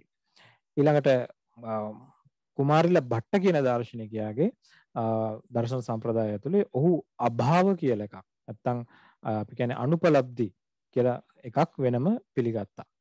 ඒකට අනුපලබ්ධි එහෙම නැත්තම් අභාව කියන ප්‍රමාණයත් එක්ක ප්‍රමාණ 6ක් වෙනවා. මේ ප්‍රමාණ 6 තමයි අපි සලකන්නේ මහා සම්ප්‍රදාය ඇතුලේ ප්‍රමාණ 6 කියලා. ඒතර මහා සම්ප්‍රදාය කියලා කිව්වේ මොකද්ද? අපි ජනප්‍රිය දාර්ශනිකයෝ ගත්තොත් එහෙම ඒ ජනප්‍රිය දාර්ශනිකයෝ අවධානය යොමු කරලා තියෙන්නේ විවේචනය කරලා තියෙන්නේ මේ ප්‍රමාණ 6 ගැන විතරයි. ඒතර ඒගොල්ලෝ සාකච්ඡා කළා නම් මේ ප්‍රමාණ 6 ඇතුලේ තමයි සාකච්ඡා කළේ. මේ ප්‍රමාණ 6ට අමතරව ශුද්‍ර සම්ප්‍රදායන් ගණනාවක් තිබිලා තියෙනවා ಭಾರತය ඇතුලේ. ඒවා සංඛ්‍යාත්මකව මෙච්චරයි කියලා තාම කවුරුවත් එකතු කරලත් නැහැ ඇත්තටම. ප්‍රශස්තපාද භාෂ්‍ය කියන්නේ 7 වෙනි සීවසේදී ප්‍රශස්තපාද කියන පඬිතුමා විසින් ප්‍රශස්තපාද භාෂ්‍ය ලියනකොට එතුමා ප්‍රමාණ 8ක් වෙන් කරලා පෙන්නනවා ඒ කාලේ අය පිළිගත් ඒවා. නමුත් ඊට පස්සේ අපිට වෙන වෙන ලේඛන වලින් අපිට හම්බ වෙනවා තව තවත් ඒවා ප්‍රමාණ 20ක් විතර පිළිගත් අයත් ඉඳලා තියෙනවා. ඒතර ඔය ප්‍රමාණ සංඛ්‍යාව වැඩි වෙන්නේ ඒ දර්ශන සම්ප්‍රදායන් වල උදවිය ගරු කරන යම් සාහිත්‍යයක් තියෙනවා නම් ඒ සාහිත්‍යයත් ඒකට ඇතුළත් කරගන්නවා. ඥානය ලබා ගැනීමේ මාධ්‍යයක් විදියට. දැන් උදාහරණයක් විදියට ಭಾರತයේ තියෙනවා පුරාණ ග්‍රන්ථ 18ක්. මේ පුරාණ ග්‍රන්ථ 18 වේද ග්‍රන්ථ වලට ඇතුළත් වෙන්නේ නැහැ. ඒ කියන්නේ ශ්‍රුති ප්‍රමාණ කියලා බ්‍රාහ්මණයෝ කතා කරනවා නම් ඒ ශ්‍රුති ප්‍රමාණ ඇතුළට සමා වෙන්න. ඒ ශ්‍රුති ප්‍රමාණ ඇතුළට මේ පුරාණ ග්‍රන්ථ 18 ඇතුළත් වෙන්නේ නැහැ. ඒ නිසා ශ්‍රුති ප්‍රමාණයට අමතරව අපි පුරාණ ග්‍රන්ථවල තියෙන කරුණුත් සත්‍යයි කියලා පිළිගන්නට ඕනේ කියලා විශ්වාස කරපු පිළිගත්තු දාර්ශනිකයෝ පිරිසක් හිටියා. ඒගොල්ලන්ට නමක් දුන්නා පෞරාණිකයෝ කියලා. ඊළඟට ඓතිහාසික කියලා. නැත්නම් ඉතිහාස ග්‍රන්ථ කියලා ගොඩක් වෙලාවට මහා භාරතය, රාමායනය වගේ පොත්පත්වල තිබෙන කරුණු සත්‍යයි කියලා බාරගත්තු අය පිටියා. ඒ අය ඓතිහාසිකයෝ කියලා කිව්වා. ඒතර මේට අමතරව උපනිෂද් ග්‍රන්ථ විතරක් පිළිගත් ඖපනිෂදිකයෝ ඒ වගේ එක එක නම් වලින් හඳුන්වාගෙන එක එක කෘති වලට මුල් තැනක් දීපු සම්ප්‍රදායන් තිබුණා. ඒවා ශුද්‍ර සම්ප්‍රදායන්. ඒ ශුද්‍ර සම්ප්‍රදායන් සංඛ්‍යාත්මකව මෙච්චරයි කියලා කියන්නත් බෑ. එතකොට මම අද සාකච්ඡාවේදී මේ ශුද්‍ර සම්ප්‍රදායන් වල තිබිච්ච ප්‍රමාණ ගැන කතා කරන්නේ. මොකද ඒවා ගොඩාක් වෙලාවට ඒගොල්ලන්ගේ ආගමික කෘතියක් පාදක කරගෙන හදාගත්තු සම්ප්‍රදායන්. මම කතා කරන්න බලාපොරොත්තු වෙන්නේ මේ මහා සම්ප්‍රදායේ තියෙන ප්‍රධාන ප්‍රමාණ 6 පිළිබඳව. එහෙම නැත්නම් ඥානය ලබා ගැනීමේ මාර්ග 6 පිළිබඳව. දැන්ටමත් විනාඩි 45ක් ගෙන් තියෙනවා. මම තව පැය කාලක් විතරක් ගන්නම් දර්ශන. අපි ගත්තොත් එහෙම පළවෙනි කාරණේ තමයි ප්‍රත්‍යක්ෂය කියන එක. ප්‍රත්‍යක්ෂය කියන එක විග්‍රහ කරගන්නවා බෞද්ධයෝ සහ බ්‍රාහ්මණයෝ න්‍යාය දාර්ශනිකයෝ අතිශය වෙනස් ආකාරයකට. මම යන්නම් මුලින්ම න්‍යාය දාර්ශනිකයන්ගේ විග්‍රහයට. න්‍යාය දාර්ශනිකයන්ගේ විග්‍රහය ඇතුලේ යම් වස්තුවක් ඉන්ද්‍රිය සමග ගැටෙනවා නම් ඒ ගැටීම නිසා හටගන්නා වූ ඥාණය ප්‍රත්‍යක්ෂයයි. එතකොට මේ ප්‍රත්‍යක්ෂයේ ඕන් දැක්ක අවස්ථා දෙකක්. ඒ අවස්ථා දෙක තමයි එකක් කියන අපි ඉදං කිංචිත් ඥානය කියලා. ඒ කියන්නේ මගේ ඇහැට යමක් ගෝචර වුණා කියන එක අවස්ථාව එකක්. ඒකට අපි කියනවා නිර්විකල්ප ඥානය කියලා. විකල්ප කියලා කිව්වේ ඇත්තරම අර අපි මේ අද කාලේ වෙනකොට විකල්ප කියලා කියන්නේ ඔප්ෂන් කියන එකටනේ. ඔප්ෂන් කියන එකට නෙමෙයි. ඇත්තරම සංස්කෘත භාෂාවේ විකල්ප කියලා කිව්වේ conceptual knowledge කියන එකට. conceptual knowledge කියන එකට විකල්ප කියන වචනයට සමාන්තරව ප්‍රපංච කියන වචනේ භාවිත වෙලා තියෙනවා. විශේෂයෙන්ම නාගර්ජුනගේ වාක්කෝෂයේදී නාගර්ජුන ප්‍රපංච විකල්ප කියන ඒවා සමානාර්ථ හැටියට භාවිත කරනවා. එතකොට විකල්ප නිර්විකල්ප කියලා කිව්වේ එහෙම සංකල්ප ආරෝපණය කරපු නැති අධ්‍යවසායෙන් වියුක්ත වෙච්ච. අධ්‍යවසාය කියලා කියන්නේ යමක් මත යමක් ආරෝපණය කරනවා කියන එක. එහෙම අධ්‍යවසායෙන් තොර වුණු සංකල්ප ආරෝපණය නොකරපු ඥානමය අවස්ථාවක් තියෙනවා. ඒකත් ප්‍රත්‍යක්ෂයි. ඊළඟට ඒ ප්‍රත්‍යක්ෂය කියන්නේ ඉදං කිංචිත් මේ යමක්ය කියලා පංචේන්ද්‍රියට ගෝචර කරගත්තු දෙයට මේ තියෙන්නේ ගසක්ය, මේ ගැහණියක්ය, මේ මිනිසෙක්ය ආදී වශයෙන් අපි සංකල්පීය අර්ථාවබෝධයක් එකතු කරගන්නවා. ඒ අර්ථාවබෝධය එකතු කරගත්තාම ඒකත් ප්‍රත්‍යක්ෂය කියලා න්‍යාය දාර්ශනිකයෝ හඳුන්වා දීමක් කළා. අපි සාමාන්‍යයෙන් ගත්තොත් එහෙම පොදුවේ ಭಾರತೀಯ චින්තනය ඇතුලේ ප්‍රත්‍යක්ෂය කියලා පැහැදිලි කරගත්තේ මෙන්න මේ කාරණේ. ඒ කියන්නේ පොදුවේ ගත්තොත් එහෙම පංචේන්ද්‍රියට යමක් ගෝචර වෙනවා නම් ඒ ගෝචර වන දේ තමයි ප්‍රත්‍යක්ෂය වෙන්නේ. ඒතර පංචේන්ද්‍රියට යමක් ගෝචර වෙන්නේ කෙසේද කියන කාරණය ගැන ඒගොල්ලෝ තව තවත් සාකච්ඡා ඉස්සරහට අරගෙන ගියා. මම හිතනවා ඒක එච්චරම අවශ්‍ය වෙන්නේ නැහැ. පොදු පාඨකයෙකුට වටහා ගන්න තියෙන අවශ්‍යම දේ තමයි ඊ타මත්ම යථාර්ථවාදී ස්වභාවයෙන් පංචේන්ද්‍රියට යමක් ගෝචර වීම ප්‍රත්‍යක්ෂ ලෙස දැක්කයි කියන එක. නමුත් බෞද්ධ දාර්ශනිකයෝ මේකට විරුද්ධ වුණා. බෞද්ධ දාර්ශනිකයෝ පැහැදිලිවම පිළිගත්තේ අර ඉදං කිංචිත් ඥානය පමණයි ප්‍රත්‍යක්ෂය බවට පත් වෙන්නේ. ඒකට හේතුව හැටියට බෞද්ධයෝ පෙන්වලා දුන්නේ මගේ ඇසට යමක් ගෝචර වුණා කිව්වහම ඇසට යමක් ගෝචර වුණා කියන එක මට වරදක් හැටියට කියන්න බෑ. ඒක ඇත්ත. ඒක වරදින්න පුළුවන් ඉඩකඩක් නැහැ. ඇසට යමක් ගෝචර වුණා කියන අවස්ථාව. නමුත් මේ ගෝචර වෙච්ච දේ මම කියනවා නම් මම දැක්කේ ගැහණියක්ය, මම දැක්කේ ගඟක්ය, මම දැක්කේ මුවෙක්ය ආදී වශයෙන් සමහරවිට මට වරදින්න පුළුවන්. මොකද මම ගඟක් කියලා දකිනවා ළඟට ගිහින් බලද්දි ගඟක් නැහැ නිකන් වැලි ගොඩක් විතරයි තියෙන්නේ.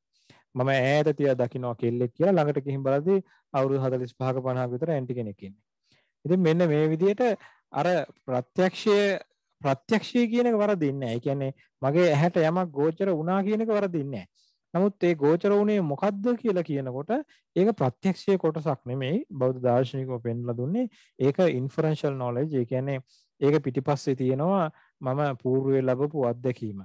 මේ වගේ දෙයක් මම ඊට කලින් දැක්කා. එතකොට මම මේ වචනේ ආරෝපණය කළා. එතනදී ඒක නිවැරදි වුණා. ඒ වගේ එකක් තමයි මෙතනදීත් මම දකින්නේ. අන්න ඒ විදිහට අපි මානසිකව සිදු කරන තර්කණයක් තියෙනවා. ඒකට අපෝහණය කියලා කියනවා.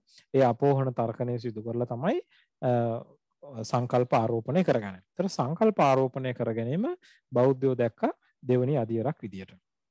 න්‍යාය දාර්ශනිකයෝ දැක්ක ඒක ඒ දෙකම ප්‍රත්‍යක්ෂ ඥානයේ විදියට බාරගත යුතුයි කියලා. මේ අතර විශේෂ පිරිසක් හිටියා. ඒ තමයි මීමන්සා දාර්ශනිකයෝ.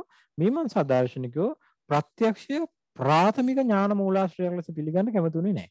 මම ඒකත් පැහැදිලි කරන්න. මොකද මේ ප්‍රාථමික ඥාන මූලාශ්‍රයක් කියන්නේ කියලා සියලුම ಭಾರತೀಯ දාර්ශනිකයෝ මීමාංශකයෝ අරුණහම අනිකුත් සියලුම ಭಾರತೀಯ දාර්ශනිකයෝ තේරුම් ගත්තා ප්‍රත්‍යක්ෂය තමයි මිනිහෙකුට ස්වභාවයෙන්ම ලැබිච්ච ඥාන මාර්ගය.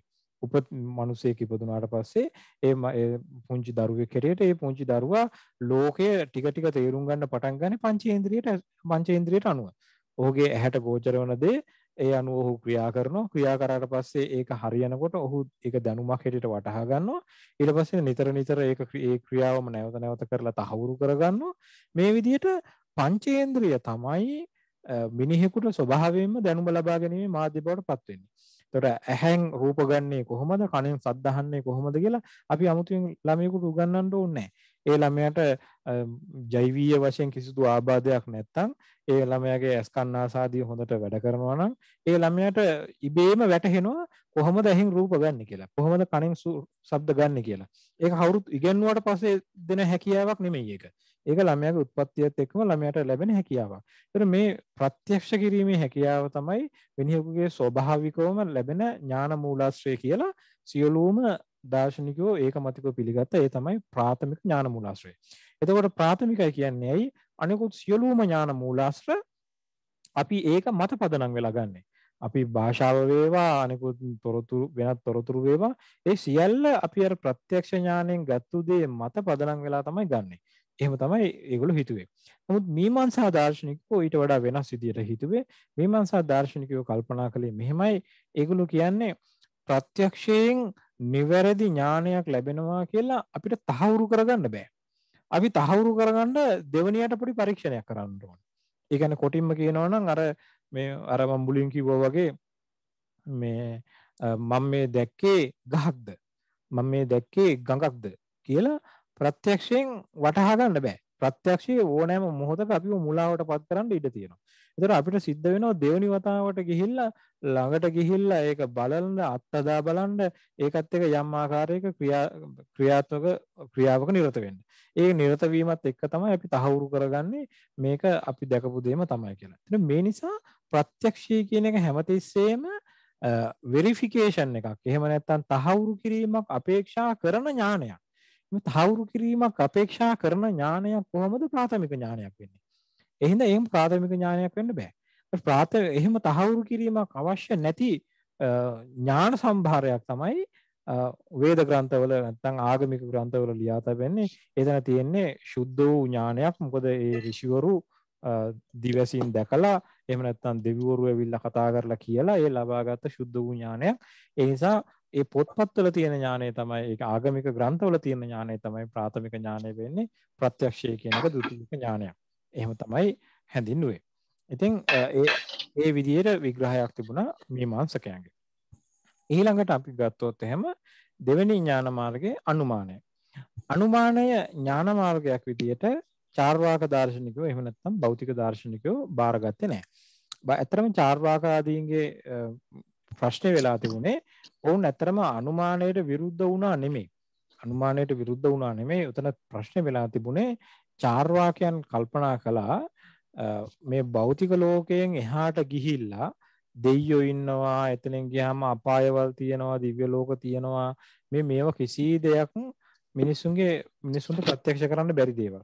මේ මිනිසුන්ට ප්‍රත්‍යක්ෂ කරන්න බැරි දේවල් තියෙනවා කියලා මිනිසුන්ට ඒත්තු ගන්නන්න පුළුවන් වෙලා තියෙන්නේ අනුමානය වගේ එකක් පිළිගත්ත නිසා.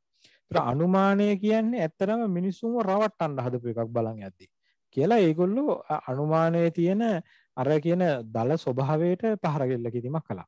ඕකයි ඇත්තටම කළේ. ඉතින් ඒ නිසා චාර්වාක දාර්ශනිකයෝ අනුමානය පිළි නොගත්තා කියනවට වඩා චාර්වාක දාර්ශනිකයෝ අනුමානයට ලොකු වැදගත්කමක් දුන්නේ නැහැ කියන එක තමයි නිවැරදිම විග්‍රහය වෙන්නේ. ඕන් ප්‍රත්‍යක්ෂයට පමණයි ගරු කරන්න උත්සාහ කළේ. නමුත් බෞද්ධ දාර්ශනිකයෝත් න්‍යාය මීමන්සා ඇතුළු අනිකුත් බොහෝ දාර්ශනිකයෝ සාංඛ්‍ය ආදී අනිකුත් දාර්ශනිකයෝත් අනුමානය ඥාන මාර්ගයක් විදිහට බාරගත්තා. හැබැයි මේ හැමදෙනාම එකම මට්ටමින් අනුමානය ඥාන මාර්ගයක් ලෙස බාරගත්තා කියලා කියන්න බෑ. බෞද්ධයෝ ඒකනුත් වෙනස් වෙනවා. බෞද්ධයෝ වෙනස් වෙන්නේ කොහොමද කියන්න කලින් මම අනිත් අය ගැන කියලා ඉන්නම්. අනිකුත් දාර්ශනිකයෝ ගත්තාම ඒගොල්ලෝ අනුමානය කියන එක බාරගත්තේ ප්‍රත්‍යක්ෂයට අනුව යන්නා වූ නිසා අනුමානය. අනු කියලා කිව්වේ අනුව යනවා කියන එක, මාන කිව්වේ මනිනවා කියන එක. මෙහෙමයි කියලා දැන හඳුනා ගන්නවා තමයි මැනීම කියලා කියන්නේ. ඒතර ප්‍රත්‍යක්ෂයට අනුව නැත්තම් ප්‍රත්‍යක්ෂයට පසුව කියලාත් අපිට ගන්න පුළුවන්.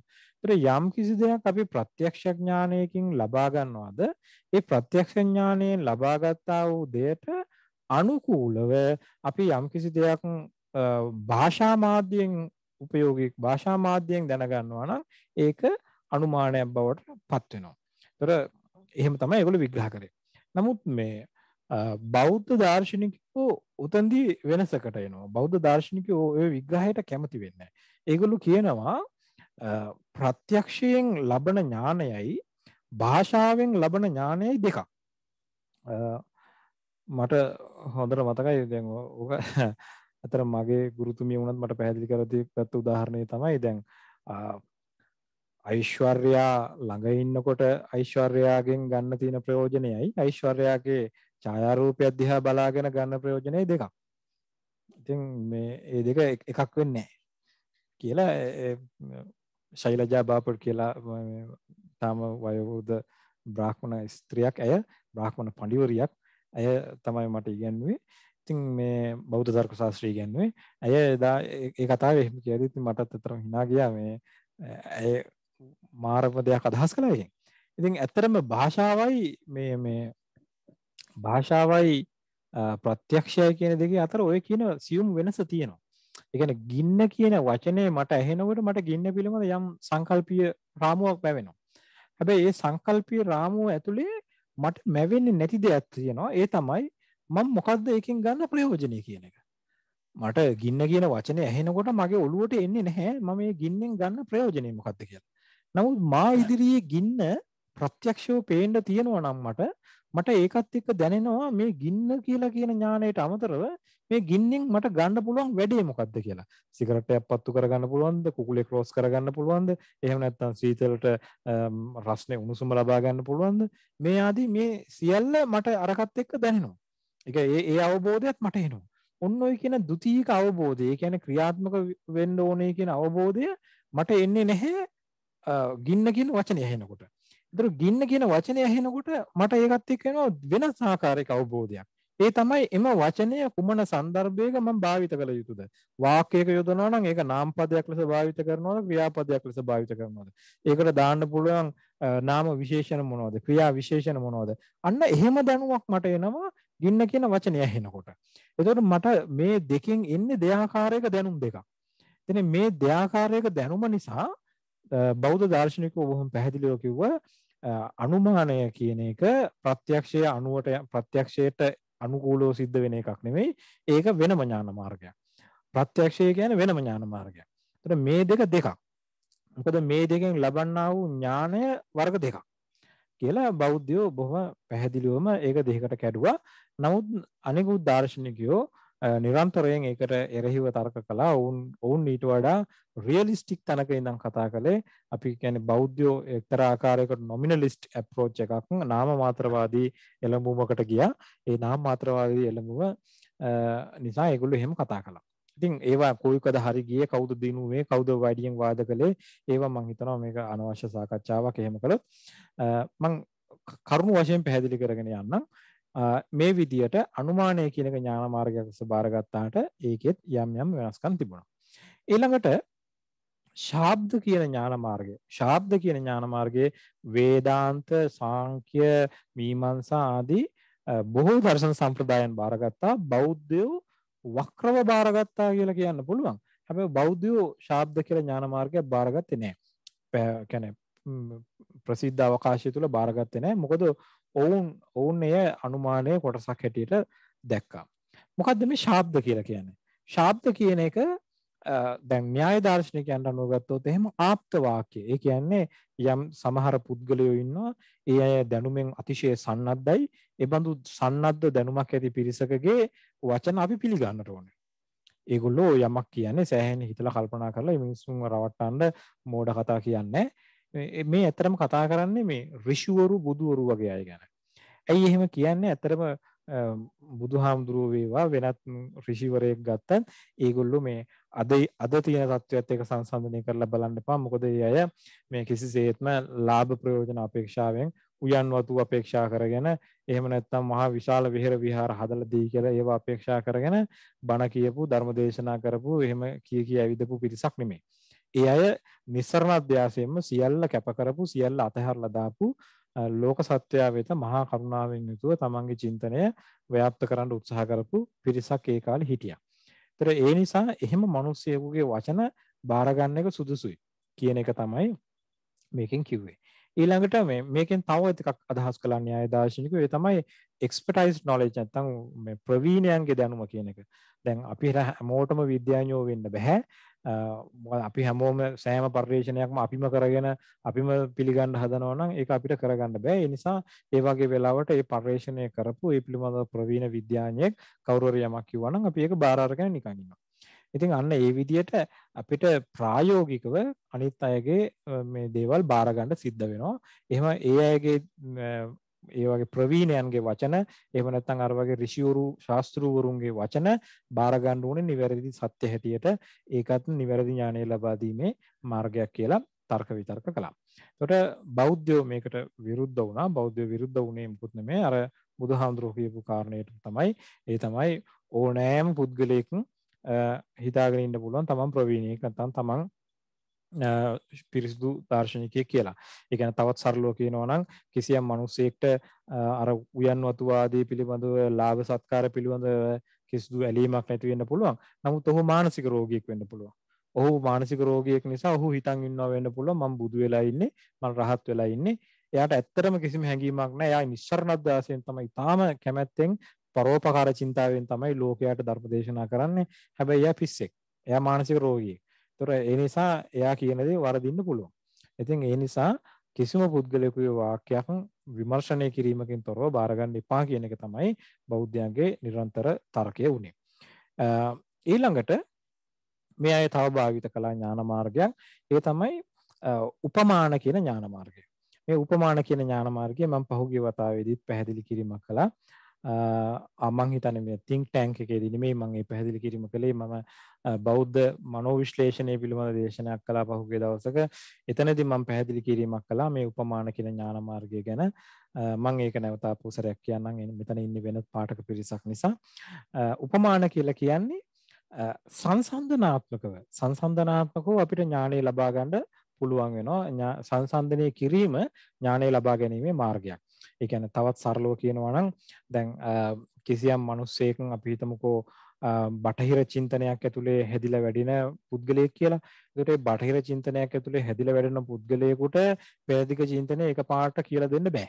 එයාට තේරුම් ගන්න අමාරුයි. එතකොට අපිට සිද්ධ වෙනවා පෙරදිග චින්තනයේ තියෙන සංකල්ප ඒ බටහිර චින්තනයේ තියෙන වාක්කෝෂයට ඇතුළත් කරලා මේකත් අරක වගේ තමයි. දැන් ප්‍රමාණ සංකල්පය කිව්වහම ඒක තේරුම් ගන්න බැරි කෙනෙකුට සමහරවිට අපිට කෙටියෙන් කිව්ව හැකි ප්‍රමාණ කියන්නේ එපිස්ටමොලොජි කියලා. ඒතර බටහිර චින්තාව දන්න කෙනෙක් නම් එපිස්ටමොලොජි එහෙම නැත්නම් ඥාන විභාගය ගැන කියවලා තියෙන කෙනෙක් එයා එකපාරට වටහා ගන්නවා ප්‍රමාණ කියන්නේ ඥාන විභාගය තමයි. එහෙනම් මේ දෙකම එකයි. අන්න මේ විදිහට. ඔක ඇත්තටම ඒ කාලේ භාවිත කළේ ගවයා සහ හරකා පිළිබඳ තියෙන වෙනස කියලා. මේක තමයි ඒක සම්භාව්‍ය උදාහරණය. ගව් සහ ගව කියලා සංස්කෘත භාෂාවේ වචන දෙකක් තියෙනවා. ඇත්තටම හරකයි ගවයයි කියන්නේ සත්තු දෙන්නේ. මේක මම දැනගෙන හිටියෙත් නෑ. මමත් දැනගත්තේ ඉන්දියාවට ගියාට පස්සේ. මොකද මම ලංකාවේදී එහෙම සත්තු දෙන්නේ දැකලා තිබුණේ නෑ. ඉතින් ඇත්තටම අද ඊයේ නෙමෙයි මේ 7 වෙනි සියවසේ ප්‍රශස්ත පාද භාෂාලිය අධි තොහොර වෙනවා පොල්ගස් දූපතේ ඉන්න මිනිස්සු මේ සත්තු දෙන්නව අඳුරන්නේ නැහැ කියලා. ඒ පොල්ගස් දූපතේ ඉන්න මිනිස්සු කියලා කිව්වේ ලංකාවට. මොකද කේරළේ පැත්තෙන් එනකොට ලංකාව වටේම පොල්ගස් හම්බ වෙන්නේ. ඒ නිසා මේ මිනිස්සු මේකට නාලිකේර දූපත නැත්නම් පොල්ගස් දූපත කියලා කිව්වා ලංකාවට. ඒත් ලංකාවේ මිනිස්සු මේ ගවයයි හරකයි දෙන්නේ කියලා අඳුරන්නේ නැහැ කියලා 7 වෙනි සියවසෙත් ඒගොල්ලෝ දැනගෙන ඉඳලා තියෙනවා. ඉතින් මේ ඒකේ වෙනස මෙහෙමයි. ඒක පැහැදිලි කරන්නේ කිසියම් පුද්ගලයෙක් ගවයා දැකලා නැහැ. ගවයා දැකලා නැති පුද්ගලයාට ගවයාව පැහැදිලි කරනකොට අපි කියනවා ගවයා කියන්නේ හරකා වගේ සතෙක්. ඒ දෙන්නම එක වගේ. හැබැයි වෙනස තමයි බෙල්ලේ තැල්ලක් නැහැ. ඒකට සංස්කෘතයෙන් කියන්නේ සාම්න කියලා. සාම්න. තැල්ලක් නැහැ.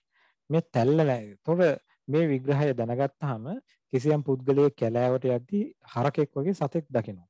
ඒ සතාගේ බෙල්ලේ තැල්ලක් නැහැ කියලා දකිනවා. දැක්කහම එයා මොකද කරන්නේ? එයා තේරුම් ගන්නවා එහෙනම් මේ හරකෙක් නෙමෙයි මේ ඉන්නේ ගවයෙක් කියලා. ඉතින් මමත් ඇත්තටම ඒ ක්‍රමයටම තමයි ගවයා වඳුරගත්තේ. මේ මොකද පාරතෝටේදී හම්බුණා මං හිතුවුම් ඔක්කොම හරක් කියලා.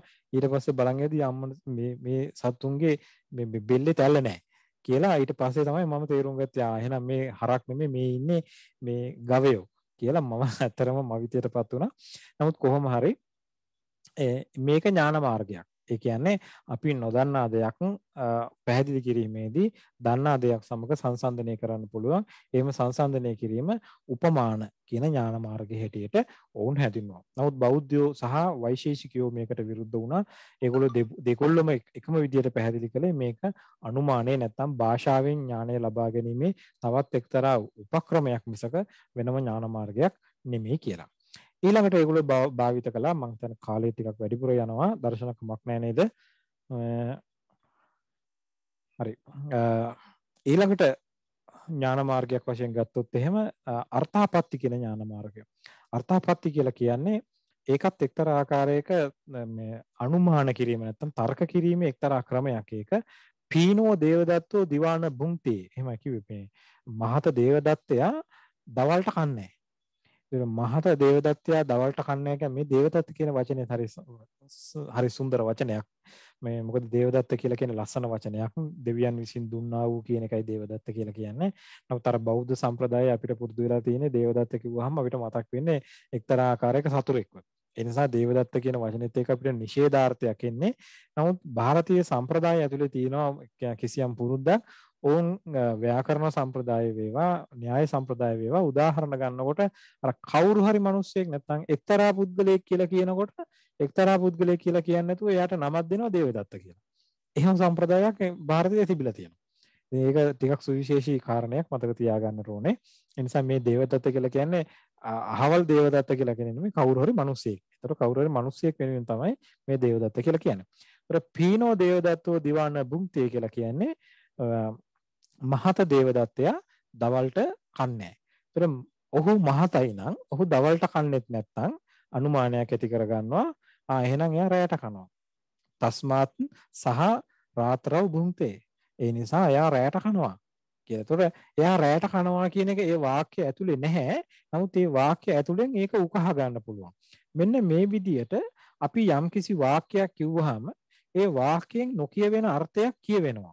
දැන් මට මතකයි අපිට දිනේෂ් රසාල් කියලා ගුරුවරයෙක් ඔය ගැන කතා කරද්දී ඔහු කිව්වේ දැන් ඔහු උදාහරණයක් පෙන්නුවා දැන් ළමයෙක්ගෙන් ඇවිල්ලා අහනවා "ඕ තාත්තා" ඊට පස්සේ ඒ ළමයා කියනවා "තාත්තා ගෙදර නැහැ." තාත්තා ගෙදර නැහැ කියලා කිව්වහම අර අහන මනුස්සයා තේරුම් ගන්නවා තාත්තා එහෙනම් ගමනක් ගිහිල්ලා කියලා. ඒතර මේ කියන දේ නෙමෙයි ඒ කියන දෙයට වඩා වෙනස් වූ දෙයක් අර මනුස්සයාට වැටහෙනවා. කියන වාක්‍යයට වඩා වෙනස් යමක් වැටහෙනවා නම් අන්නේ ඒ වෙනස් යමක් වැටහීමත් එක්තරා ඥාන මාර්ගයක් කියලා ඒකට අර්ථාපත්ති කියලා නමක් දුන්නා. මේකටත් බෞද්ධයෝ සහ වෛශේෂිකයෝ සෑහෙන විරුද්ධ වුණා. ඒගොල්ලෝ පැහැදිලි කළා නෑ මේක මේ ඥාන මාර්ගයක් නෙමෙයි කියලා. ඒතොර න්‍යාය දාර්ශනිකයෝත් ඇත්තටම මේකට විරුද්ධ වුණා. න්‍යාය දාර්ශනිකයෝ ඔවුන් ඉදිරිපත් කළා මේකට වෙනම වචනයක්. ඒකට ඔවුන් කිව්වේ තාත්පර්ය කියලා. තාත්පර්ය කියන්නේ මොකද්ද? භාෂාවේ තියෙනවා මේ අපිට භාෂාව භාවිත කිරීමේ ප්‍රයෝග ගණනාවක් තියෙනවා. ඒ ප්‍රයෝග වලින් එක ප්‍රයෝගයක් තමයි තාත්පර්ය ප්‍රයෝගය. තාත්පර්ය ප්‍රයෝගය කියලා කියන්නේ අපි ඇත්තටම කියන්න ඕන දේ කෙටියෙන් කියනවා හැඟවෙන්න. ඒ කියන්නේ අර ළමයා උත්තර දෙනකොට තාත්තා ගෙදර නැහැ කියලා ඇත්තට මේ ළමයා තාත්තා ගමනක් ගියා කියලා තමයි කියන්නේ. ඒක කියන්න හදන එක්තරා භාෂා ප්‍රයෝගයක් මිසක මේක වෙනම ඥාන මාර්ගයක් නෙමෙයි. මේකට තාත්පර්ය කියන භාෂා ප්‍රයෝගයයි කියලා න්‍යාය දාර්ශනිකයෝ ඒකට විචාරයක් ඉදිරිපත් කළා. ඒතර මේ අර්ථාපත්ති කියන මේ පස්වෙනි එක. හයවෙනි එක තමයි අනුපලබ්ධි කියන කාරණේ. අනුපලබ්ධිය නැත්නම් අභාවය කියලා කියනවා. මේක මතුවෙන්නේ කුමාරිල භට්ටත් එක්ක. කුමාරිල භට්ට ඉදිරිපත් කරපු කාරණයක් තමයි අපි යමක් නැහැයි කියලා කොහොමද දැනගන්නේ? දැන් මේසේ උඩ මල් බඳුනක් තියෙනකොට මට කිව්ව හැකි මේසේ උඩ මල් බඳුනක් තියෙනවා. මොකද මම ඒක ප්‍රත්‍යක්ෂ කරනවා. එතෙන් ප්‍රත්‍යක්ෂ කරන නිසා මට කිව්ව හැකි මල් බඳුනක් නැහැ කියලා. මල් බඳුනක් තියෙනවා කියලා. හැබැයි මල් බඳුන නැත්තම් මම කොහොමද කියන්නේ මල් බඳුනක් නැහැ කියලා. එතකොට මම මල් බඳුනක් නැහැ කියන එක මම ප්‍රත්‍යක්ෂ කරන්නේ නැහැ. එහෙම තමයි කුමාරිල තර්ක කළේ. ඒ කියන්නේ මම ඒක ප්‍රත්‍යක්ෂ කරන්නේ නැහැ. මොකද ප්‍රත්‍යක්ෂ කරන්න නම් අපි ಭಾರತೀಯ දාර්ශනිකයෝ සාමාන්‍යයෙන් පිළිගත්ත විදිහට අර්ථයයි ඉන්ද්‍රියයි දෙක එකට ගැටෙන්නට ඕනේ. අදාළ වස්තුවයි ඉන්ද්‍රිය දෙක එකට ගැටෙන්න ඕනේ. මෙතන ගැටෙන්න වස්තුව නැහැනේ. දැන් ගැටෙන්න වස්තුව නැත්තම් කොහොමද එතන ප්‍රත්‍යක්ෂය කියන ඥාන මාර්ගය හටගන්නේ? ඒ නිසා මෙතන ප්‍රත්‍යක්ෂය කියන ඥාන මාර්ගය හටගන්නේ නැහැ. ඊළඟට අනුමානයක් වෙන්නත් බෑ. ඇයි අනුමානයක් වෙන්න බැරි? අනුමානය හටගන්න ඕනේ ප්‍රත්‍යක්ෂයට අනුකූලවනේ. ඒතර ප්‍රත්‍යක්ෂයක් සිද්ධ වෙන්නේ නැති තැනකට ප්‍රත්‍යක්ෂයට අනුකූලව හට ගන්නවා කියලා දෙයක් කතා කරන්නත් බෑ. ඒ නිසා මේ මෙතන මල් බඳුනක් නැහැ කියන එක ප්‍රත්‍යක්ෂයකුත් නෙමෙයි අනුමානයකුත් නෙමෙයි අර අනිකුත් විදියට ගත්තා වූ ශාබ්ද උපමාන ආදී ඒව ඥාන මාර්ග වලට මේක ඇතුළත් කරන්නත් බෑ. එහෙමනම් මම කොහොමද මේක දැනගන්නේ? මම දැනගන්නේ මට මල් බඳුනක් නොමැති හිස් අවකාශය එහෙම නැත්නම් හිස් ස්ථානය කියන එක පේනවා. දැන් මෙතනදී නම් මේසය කියන එක පේනවා. මල් බඳුනක් රහිත වූ මේසය පේනවා. ඒතර මල් බඳුනක් රහිත වූ මේසය ප්‍රත්‍යක්ෂ කිරීමෙන් එතන මල් බඳුනක් නැහැයි කියන උපකල්පිත ඥානයක් මම ගොඩ නගා ගන්නවා. ඒ ඥානය වෙනම ඥාන මාර්ගයක් හැටියට සැලකිය යුතුයි. එය අනුපලබ්ධිය කියලා ඔහු හැඳින්වුවා. එතන බෞද්ධයෝ මේකට සම්පූර්ණයෙන් විරුද්ධ වුණා. බෞද්ධයෝ අනුපලබ්ධිය අනුමාන ඥානයේ කොටසක්. බෞද්ධයෝ පිළිගත්තෙත් නෑ ඒක ප්‍රත්‍යක්ෂයක් කියලා. ඒක අනුමාන ඥානයේ කොටසක් විදියට ඔවුන් විග්‍රහ කරා. හැබැයි න්‍යාය දාර්ශනිකයෝ ඒක ප්‍රත්‍යක්ෂයේම කොටසක් විදියට විග්‍රහ කළා. ඔවුන්ට අනුව ප්‍රත්‍යක්ෂයේ එක්තරා ප්‍රභේදයක් තමයි ඒක. මොකද හේතුව මම කිව්වා න්‍යාය දාර්ශනිකයෝ ප්‍රත්‍යක්ෂය පිළිගන්නකොට අර ඉදං කිංචිත් ඥානය කියන එකත් ප්‍රත්‍යක්ෂය ලෙස පිළිගත්තා. මේ ඉන්නේ ගහක් කිය මේ ඉන්නේ මේ තියෙන්නේ ගෙයක් කියලා එහෙම පිළිගන්න ඥානය ප්‍රත්‍යක්ෂය කියලා න්‍යාය දාර්ශනිකව පිළිගත්තනේ. ඒතර අදියර දෙකක් තියෙන ඔවුන්ගේ ප්‍රත්‍යක්ෂ ඥානය. එතකොට ඔවුන් මේක දැක්කේ මේක ඉදං කිංචිත් ඥානයට වැටෙන්නේ නැහැ. ඒ කියන්නේ මේ මෙතන යමක් නැහැ කියන එක ඉදං කිංචිත් ඥානයට වැටෙන්නේ නැහැ. නමුත් මෙතන මල් බඳුනක් නැහැ කියලා අර සංකල්ප ආරෝපණය කරගැනීමේ ඥාණයට මේක වැටෙනවා. ඒ කියන්නේ ප්‍රත්‍යක්ෂයේ දෙවැනි අවස්ථාව සම්පූර්ණ කරන ඥානයක් හැටියට මේක වැටෙනවා. ඒ නිසා අභාවය කියන එකත් අපේ ප්‍රත්‍යක්ෂයට ගෝචර වන දෙයක් කියලා න්‍යාය දාර්ශනිකයෝ පැහැදිලි කළා. ඉතින් මෙන්න මේ විදිහට තමයි ಭಾರತೀಯ චින්තනයේදී ඥානය ලබා ගැනීමේ මාර්ග එහෙම නැත්නම් ප්‍රමාණ ශාස්ත්‍රය කියන එක ව්‍යාප්ත වුණේ. මේ ව්‍යාප්තිය තමයි ಭಾರತೀಯ චින්තනයේ හදේ වස්තු බවට පත් වෙන්නේ.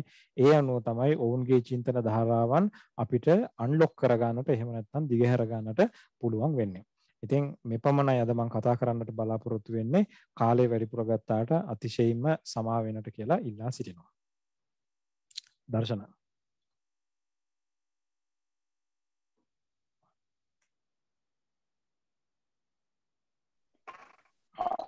මේ අන්මියුට් කරගන්න වෙලාව පොඩ්ඩක් ගියා. සෝරි. මේ ඇතරම ඉතාම ඉහළ පෙළේ දැනුමක් සහිත දේශනයක් ඔබ වෙන්නේ.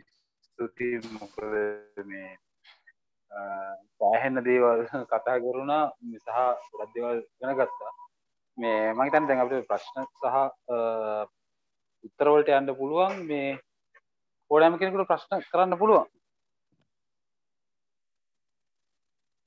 බර්ට්‍රම් මේ ප්‍රශ්නයක් ඉන්බොක්ස් කරලා තියෙනවා. ඔයාට ඒක හැමෝම ගන්න පුළුවන්ද එතන?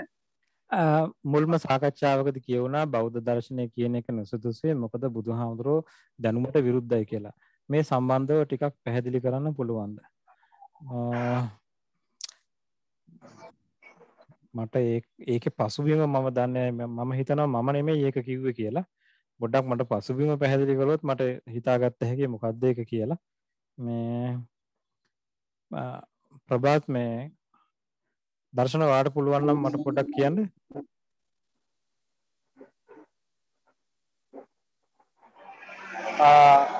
මම හිතන්නේ බර්ට්‍රම් මේ කියන්නේ අපේ සංවාදයකදී කියපු එකක් නෙමෙයි. නමුත් ඕක පිළිගන්න කට්ටියක් ඉන්නවා ලංකාවේ. මම හිතන්නේ ඒගොල්ලෝ ඒ අදහසට තමයි ඒගොල්ලෝ කියන්නේ. කියන්නේ මේ මොකද මේ බුදුහාමුදුරුවෝ දැනුමට විරුද්ධයි කියන එක මම හිතන්නේ විශේෂයෙන් මේ අපේ ජාතික චින්තන පරිෂදයේ අය මම හිතන විදිහට සහ මම දැකලා තියෙන විදිහට ඒ අය දැනුම සම්බන්ධයෙන් මේ පිළිගැනීමක් කරන්නේ නැහැ නේද? මොකද අපේ සංවාද නෙමෙයි එතෙන්දී ඒගොල්ලන් කියනවා මේ බුදුහාමුදුරුවෝ දැනුමට විරුද්ධ වුණා කියලා. අන්න ඒ මතයත් එක්ක වෙන්නේ නැතිව ප්‍රභාත් ප්‍රශ්නේ අහනවා ඇත්තේ. නැත්නම් ප්‍රභාත් කතා කරන්න පුළුවන්. කතා කරලා ඒක ක්ලැරිෆයි කරන්න පුළුවන්.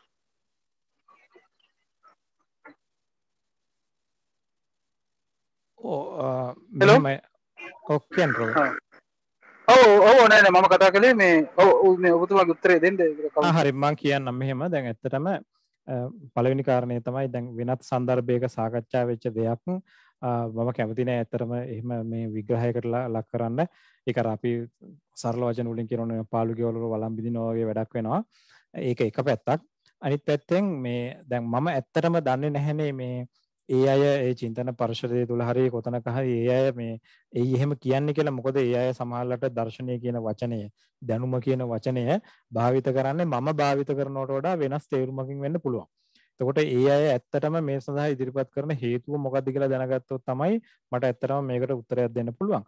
නමුත් මගේ පැත්තෙන් මම පැහැදිලි කිරීමක් කරනවා නම් දැනුම කියන එක ගත්තහම දැනුම කියලා මෙතනදී අදහස් කරන්නේ මම මේ ප්‍රමාණ ශාස්ත්‍රය ඇතුලේ මම මුලින්දම පැහැදිලි කිරීමක් කළා මේ කොග්නිෂන් එහෙම නැත්නම් ඒ ඥාණය කියන කාරණයටයි ඒ ඥාණය කියන කාරණේ නිර්වුල් වෙනවා නම් යම් තැනක එතන තමයි දැනුම නොලෙජ් කියන එක හටගන්නේ එතන. එතකොට නිවැරදි ඥාණය කියන එක මිනිහෙකුට අවශ්‍ය වෙනවා ඔහුගේ සියලුම කාර්යභාරයන් සපුරා ගන්නට. දැන් ඒ කියන්නේ මහා ලොකු දෙයක් නෙමේ මිනිසෙකුට 30ක් හැදිලා ඒ 30 නිවා ගන්නට වතුර බොනවා කියනවා නම් ඒක පිටිපස්සේ තියෙන්නේ ඔහුගේ ඥාණය. ඒතර ඔහු ඒ ඥාණය බොරුවක් නම් ඔහුට වතුර බීලා ඔහුගේ 30 නිවා ගන්න බෑ. ඒතර වතුර බීලා ඔහුගේ 30 නිවා ගන්න පුළුවන් කියන්නේ ඔහුට ඒ ලැබිලා තියෙන ඥාණය නිවැරදි කියන එක. ඒ කියන්නේ තවත් සරලව කියනවා නම් නිවැරදි ඥානයක් දැනුමක් තිබුණොත් තමයි ඔහුට නිවැරදිව ක්‍රියාත්මක වෙන්න පුළුවන් වෙන්නේ. ඉතින් එහෙම තත්වයකදී බුදුහාඳුරෝ දැනුම ප්‍රතික්ෂේප කරනවා කිව්වොත් එහෙම ඒක ඇත්තරම පිළිගන්න බැරි ඒක හාස්‍යජනක කාරණයක් වෙනවා. නමුත් අර මම මුලින් කිව්වා වගේ මම මේ කියන තේරුමට නෙමෙයි වෙන්න පුළුවන් අනිත් ඔය කියන පිරිස දැනුම කියලා කතා කරන්නේ. ඉතින් ඒ නිසා මම හිතනවා ඒක ගැන ඒ මට්ටමින් විතරයි අපිට කතා කරන්න පුළුවන් වෙන්නේ කියලා.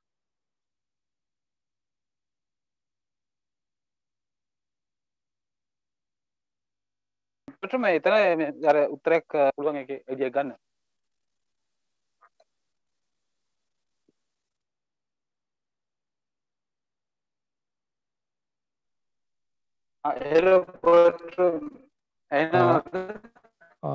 පොඩ්ඩක් ඩිස්කනෙක්ට් වුණා දැන් නම් හරි වගේ මම කියන එක ඇහෙනවද?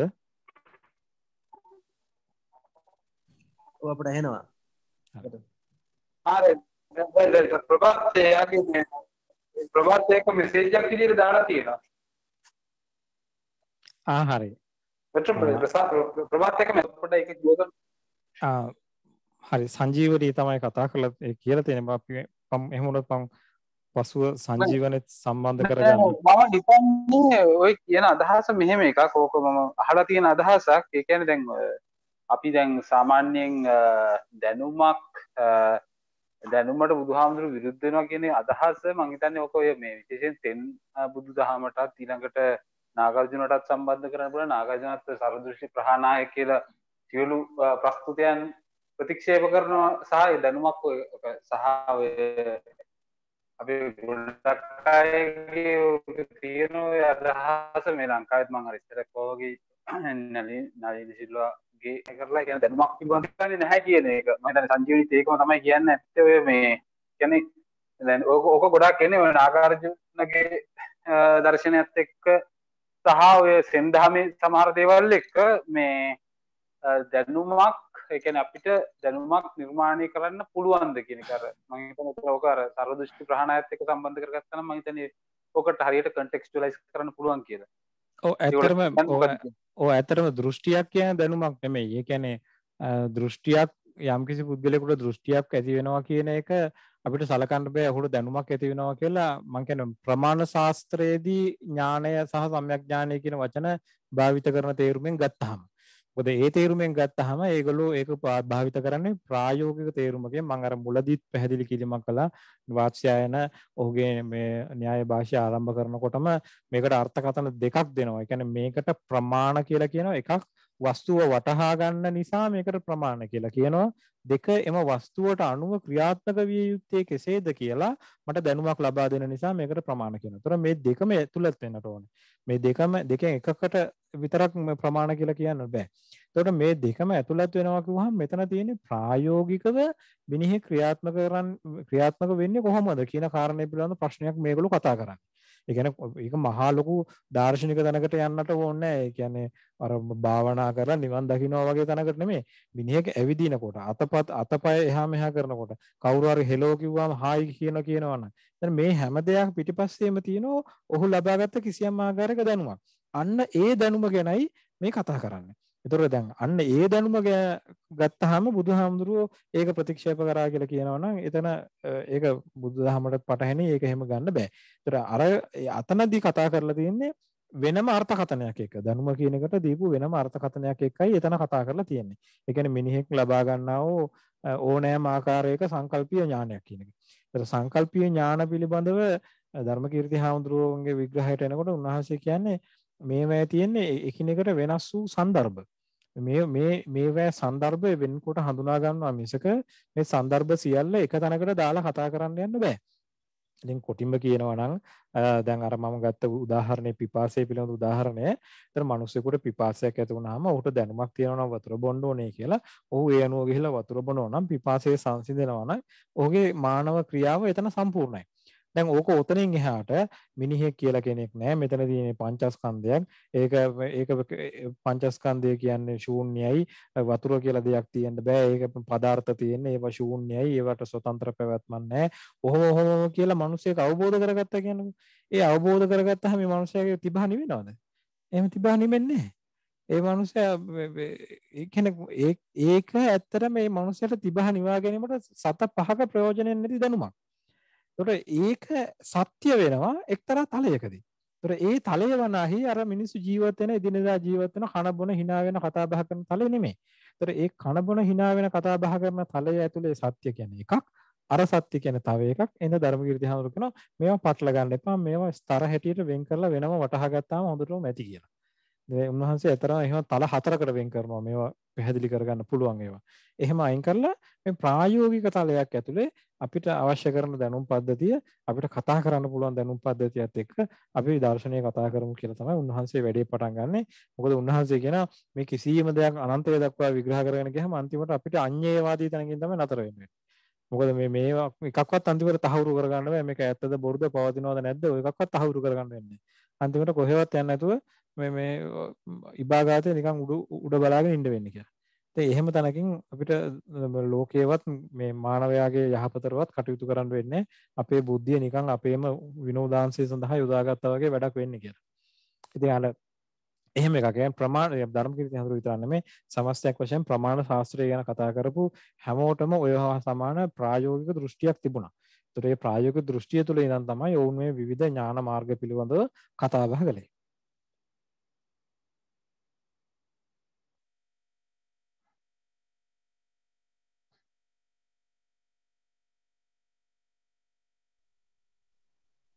සර් ප්‍රශ්න තියෙනවා තිසාම්තුරු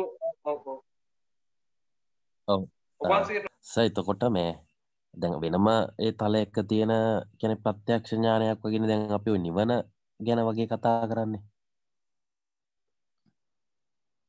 සර් ඔව් බං අහගෙන යපෙන. එතකොට සර් එතකොට ඒ කියන්නේ ඒ පිළිබඳ තියෙන සර් විග්‍රහය මොන වගේද? ඒ කියන්නේ ඒක ගැන තියෙන සර් නෑ ඒකත් අපි හාන්නේ ඒකත් එක්තරා ආකාරයක වැරදි විග්‍රහයක්. හේතුව මොකද දැන් නිවන කියන්නේ වෙන තලයක තියෙනවා කියලා හිතුවොත් එහෙම ඊට පස්සේ ඒ මිනිස්සයා සම්පූර්ණයෙන් මේ ලෝකේ අතහැරලා දාලා යන්න ඕනේ එතනට යන්න. එහෙම නෙමෙයි. එතනට යන්න වෙන්නේත් අපි හන්නේ මේ තියෙන තලයට සාපේක්ෂව තමයි. ඒ කියන්නේ අපි මේ කතා බහ කරන මේ තලයට සාපේක්ෂව තමයි එතනටත් යන්න වෙන්නේ. මොකද බුදුහාමුදුරුවෝත් ඇත්තටම අනුගමනය කරේ ඒ හා සමානම ක්‍රියාවක්. ඒ කියන්නේ බුදුහාමුදුරුවෝ මේ මිනිහෙක්ව සම්පූර්ණයෙන්ම ඇබ්ස්ට්‍රැක්ට් මයින්ඩ් එකකට එහෙම නැත්නම් අමූර්ත ලෝකයකට අරන් ගිහිලා නිවනක් ගැන කතා කරා නෙමෙයි. උන්වහන්සේ කතා කළේ එදිනෙදා ජීවිතේ අපි දකින දුක ගැන. ඊට පස්සේ ඒ දුක ගැන පැහැදිලි කරලා ඒ දුක්ඛ නිරෝධය තමයි නිවන කියලා කිව්වා. අන්න එතකොට මේ මනුස්සයා ඉන්නේ තලයේ ඇතුලේ අපි හන්නේ. ඒකෙන් එහාට පැනලා ගිහිල්ලා ලබා ගන්න එකක් නෙමෙයි ඒක ඇත්තටම. දැන් තුවාලයක් හැදෙන්නේ යම් තලයකද ඒ තුවාලයේ සනීප වීමෙන් ලැබෙන සුවය කියන එක දැනෙන්නේ එතම තලය තුලම තමයි අපහන්නේ. ඒ තුවාලේ හැදෙන තලයෙන් අතහැරලා දාලා වෙන තලයකට පැනලා ගියාම ඒ මනුස්සයා ඒ නිවන කියලා හඳුනා ගන්නවා නම් ඒ හඳුනාගන්නේ එයා හඳුනාගත්තු මායාවක්. එතකොට ඔය යෝගාචාර චින්තකයෝ බොහොම පැහැදිලිව විග්‍රහ කරනවා. යෝගාචාර චින්තකයෝ එක පියවරක් විතරක් ඉස්සරහට අරගෙන යනවා. ඒ පියවර තමයි ඔවුන් කියන්නේ මේ නිවන කියන කාරණයට එනකොට ඒක මේ ස්වාභාවිකව මේ මිනිස්සුන්ට නිකන් මේ අස්කන්නාසාදියෙන් බලලා දැනගන්න පුළුවන් තත්වයක් නෙමෙයි ඒක. එහෙමනම් මේ ලෝකේ කිසිම මිනිසෙකුට කිසිදු ආකාරයක ප්‍රයත්නයක් දරන්න ඕනේ හැමෝම ඉබේම රහත් වෙනවා. ඉතින් ඒ නිසා මේ ඇස්කන්නාසාදියෙන් ලබා ගන්නා වූ දැනුම සූක්ෂම විග්‍රහයකට භාජනය කරන්නට ඕනේ. ඒ විග්‍රහයට භාජනය කිරීම වනාහි මේ තලයෙන් පලා යාමක් නෙමෙයි. මේ තලය තුලම අපි එදිනෙදා ජීවිතයෙන් නොසලකා හරින දේවල් අපිට ගැඹුරින් හිතන්න කල්පනා කරන්න අවස්ථාවක් ලබා දීම. ඒ ලබා දීම ඔස්සේ තමයි මේ මිනිසයා ටික ටික නිවන කරා යන්නේ. ඒකට ඇත්තම කියනවා නම් ඔවුන් අවසානයේදී අනිර්වචනීය බවකට එනවා. හැබැයි අනිර්වචනීය බව පැහැදිලි කරන්නේ වචනීය බවත් එක්ක. අනේ වචනීය බවෙන් එහා ගියේ අනිර්වචනීය බවක් ගැන කතා කරන්නේ නැහැ. එහෙම එකක් තියෙනවා. ඉතින් ඒ නිසා අපහන්නේ අර මේ ඔය අපි කියන්නේ පරමාර්ථ තලය එහෙම කියන ඒවා විතරම ධර්මකිරීති හඳුරෝ කියන්නේ එක එක ක්‍රමවලට එකම දේ වටහා ගන්න පුළුවන්. හැබැයි උපයෝගිතා තලය කියන්නේ එකක් කියලා. එහෙමයි කියන්නේ අතන. නාගර්ජුන හාමුදුරන්ට බණිනවා දොස් කියනව නෙමෙයි. නාගර්ජුන හාමුදුරන්ගේ තියෙන දර්ශනයේ ප්‍රායෝගික වැදගත්කම අඩුයි කියන එක උන්වහන්සේ කියන්න උත්සාහ කරනවා. ප්‍රශ්නේ අහන්න පුළුවන්. තේරුණා සර්. බොහොම ස්තුතියි. මේ හිරුචාන්ට මම හිතන ප්‍රශ්නයක් තියෙනවා. ටිකම හිරුචාන් වගේ ප්‍රශ්න අහන්න පුළුවන්. දැන් දැනුම සහ දැනුම දැන ගැනීම කියන එක දෙකක් විදිහට බෞද්ධයෝ සලකනවා නේද? ඔය මේ ස්ව සංවේදනය කියන එක. ඒක ඔය අනිත් දාර්ශනික ගුරුකුලවල ඒගොල්ලෝගේ ඒ අදහසම දරනවාද ඒගොල්ලොත්? නැත්නම් ඒක මේ එකක් විදිහටද සලකන්නේ? ඒක බොහොම වැදගත් ප්‍රශ්නයක් හිරුෂාන්. ඒ කියන්නේ ඇත්තටම දැනුම කියනවට වඩා උතන මෙහෙමයි දෙයක් වෙන්නේ. ඒ කියන්නේ දැන් අපි මම ප්‍රත්‍යක්ෂයෙන් යමක් දකින්නවා කියලා එතන මම ප්‍රත්‍යක්ෂයෙන් යමක් අවබෝධ කරගන්නවා කිව්වම ඒ අවබෝධ කරගත්තා වූ දෙය කුමක්ද කියන එක මම අවබෝධ ඒ කියන්නේ නෑ වැරදුනා. මම ප්‍රත්‍යක්ෂයෙන් යමක් අවබෝධ කරගන්නවා කියන එකයි මම යමක් අවබෝධ කරගන්නවා කියන සමස්තය මට මං අවබෝධ කරගත්තා කියන එක. ඒක මේ අවස්ථා දෙකක්. ඒ කියන්නේ දැන් උදාහරණයක් විදිහට කියනවා නම් මම මලක් දකින්නවා. එතකොට මම මලක් දකින්නවා මම කියන කතාන්දරය නැතුව මලක් දකින්නවා කියන එක තමයි මුලදී ඇත්තටම මට ඇති වෙන ඥානය. දැන් මලක් දකින්නවා කියන එක මම කළා කියලා ඊළඟට එනවා මට ඥානයක්. එතකොට මේ දෙවෙනි එක තමයි සසංවේදනය කියලා කියන්නේ. එතකොට දැන් බැරි වෙලාවත් මලක් දකින්නවා කියන එක ඥානයක් කියලා මට තේරුම් ගන්න බැරුව ගියොතින් කියන්නේ ඒක ඒ තුලම මට තේරුම් ගන්න බැරුව ගියොතින් ඒක ඥානයක් බව තහවුරු කරන්න මට තව ප්‍රමාණයක් හොයන් එන්නවා. ඊට පස්සේ ඒ ප්‍රමාණය නිවැරදි කියලා හොයන්න මට තව ප්‍රමාණයක් හොයන් එන්නවා. ඉතින් මෙන්න මේ විදිහට එකක් තහවුරු කරන්න තව එකක් ඒක තහවුරු කරන්න තව එකක් ආදී වශයෙන් අනන්ත ප්‍රමාණයක් යන්නට ඕනේ. ඒතර මෙන්න මේ தત્ත්වේ නැති කරන්න තමයි සසංවේදනය එහෙම නැත්නම් ඒ ආත්ම සංවේදනය කියලාත් කියනවා.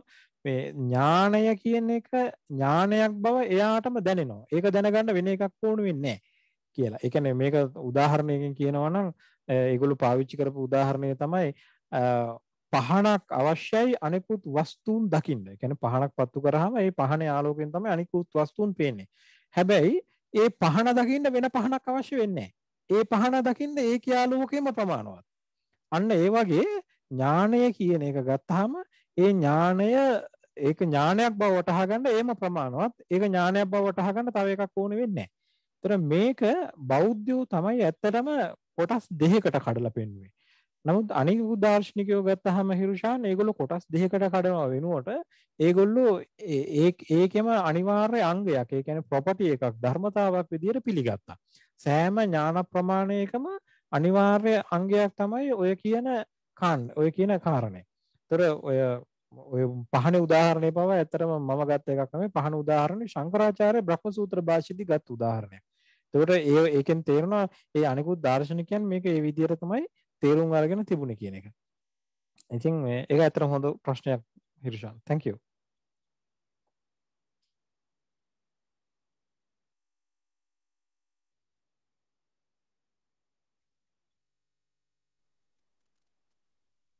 තවත් කෙනෙකුට ප්‍රශ්න අහන්න පුළුවන්.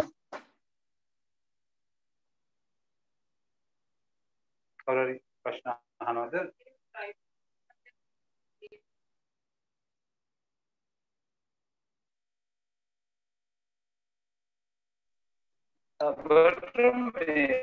මට එතෙන්දී යම් ප්‍රශ්නයක් අහන්න හිතුණා. ඒ කියන්නේ මේ දැන් පහනේ එළිය ඒ පහනින්ම දකිනවා නම් ඒ කියන්නේ self evident අර බටහිර දර්ශනය අනුව කියනවා නම් self evidence එහෙම නැත්නම් self manifested knowledge එකක් ගැන නේද ඔව් දර්ශන මට ඇහෙන්නේ නැතුව ගිය අන්තිම ටික කතා කරන්නේ. අර මේ බටහිර දර්ශනය දැන් පහනෙන්ම එළිය දකිනවා නම් මේ self evident knowledge එකක් ගැන නේද කතා කරන්නේ අර බටහිර දර්ශනය කියන්නේ. ඔව් ඇත්තටම self evident කියන්නේ මෙතනදී මෙන්න මෙහෙම එකක් මේ දර්ශන දැන් ප්‍රත්‍යක්ෂය නිවැරදි ඥානයක් බව දැන ගැනීමට තව එකක් ඕනෙ වෙන්නේ නැහැ. ඒ ප්‍රත්‍යක්ෂය තුළම ප්‍රත්‍යක්ෂයි. ඒකයි ඒ කියන්නේ. ඒ කියන්නේ ප්‍රත්‍යක්ෂය තුළ self evident. අනුමානය තුළ self evident. අන්න ඒ විදිහට සෑම ප්‍රමාණයක්ම එම ප්‍රමාණය තුළ self evident කියන එකක් ඒගොල්ලෝ බාරගත්තා. ඉතින් ඒකට ඒවට තර්ක විතර්ක තියෙනවා. මම මේ කියන්නේ ඒ නිවැරදි කියන එක නෙමෙයි. මම කියන්නේ ඒ දර්ශන සම්ප්‍රදායන් එහෙම බාරගත්තා කියලා. මේ ඒක ඒගොල්ලෝ අනිවාර්ය අංගයක් ලෙස උපකල්පනය කරලා තිබුණා.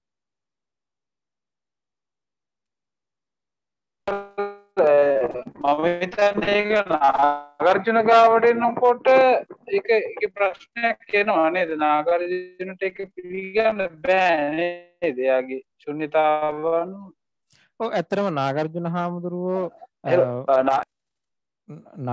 හාමුදුරුවෝ මේ න්‍යාය සූත්‍රයේදී දක්වන ප්‍රමාණ විග්‍රහයට විරුද්ධව කතා කරනකොට ඔහුගේ තියෙන ප්‍රධානම තර්කන ක්‍රමයත් ඒකම තමයි. ඒ කියන්නේ ඔහු ප්‍රශ්න කරනවා ප්‍රත්‍යක්ෂයක් වන්නේ කෙසේද?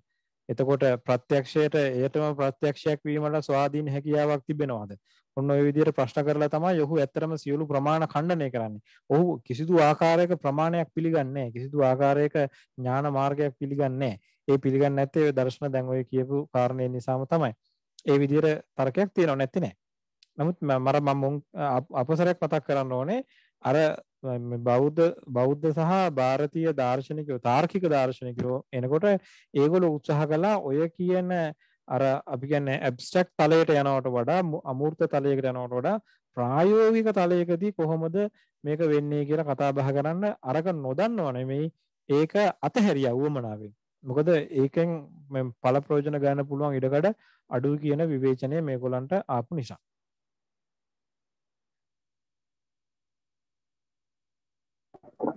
තව අයට ප්‍රශ්න කරන්න පුළුවන්. ප්‍රශ්න තියනවද අහන්න?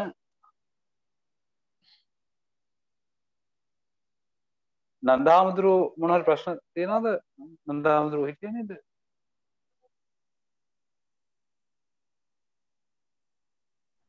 සර් නෑ ගැටලුවක් නෑ මත් මේ අහගෙන ඉන්නේ. බඩන් සර් එන්නේ.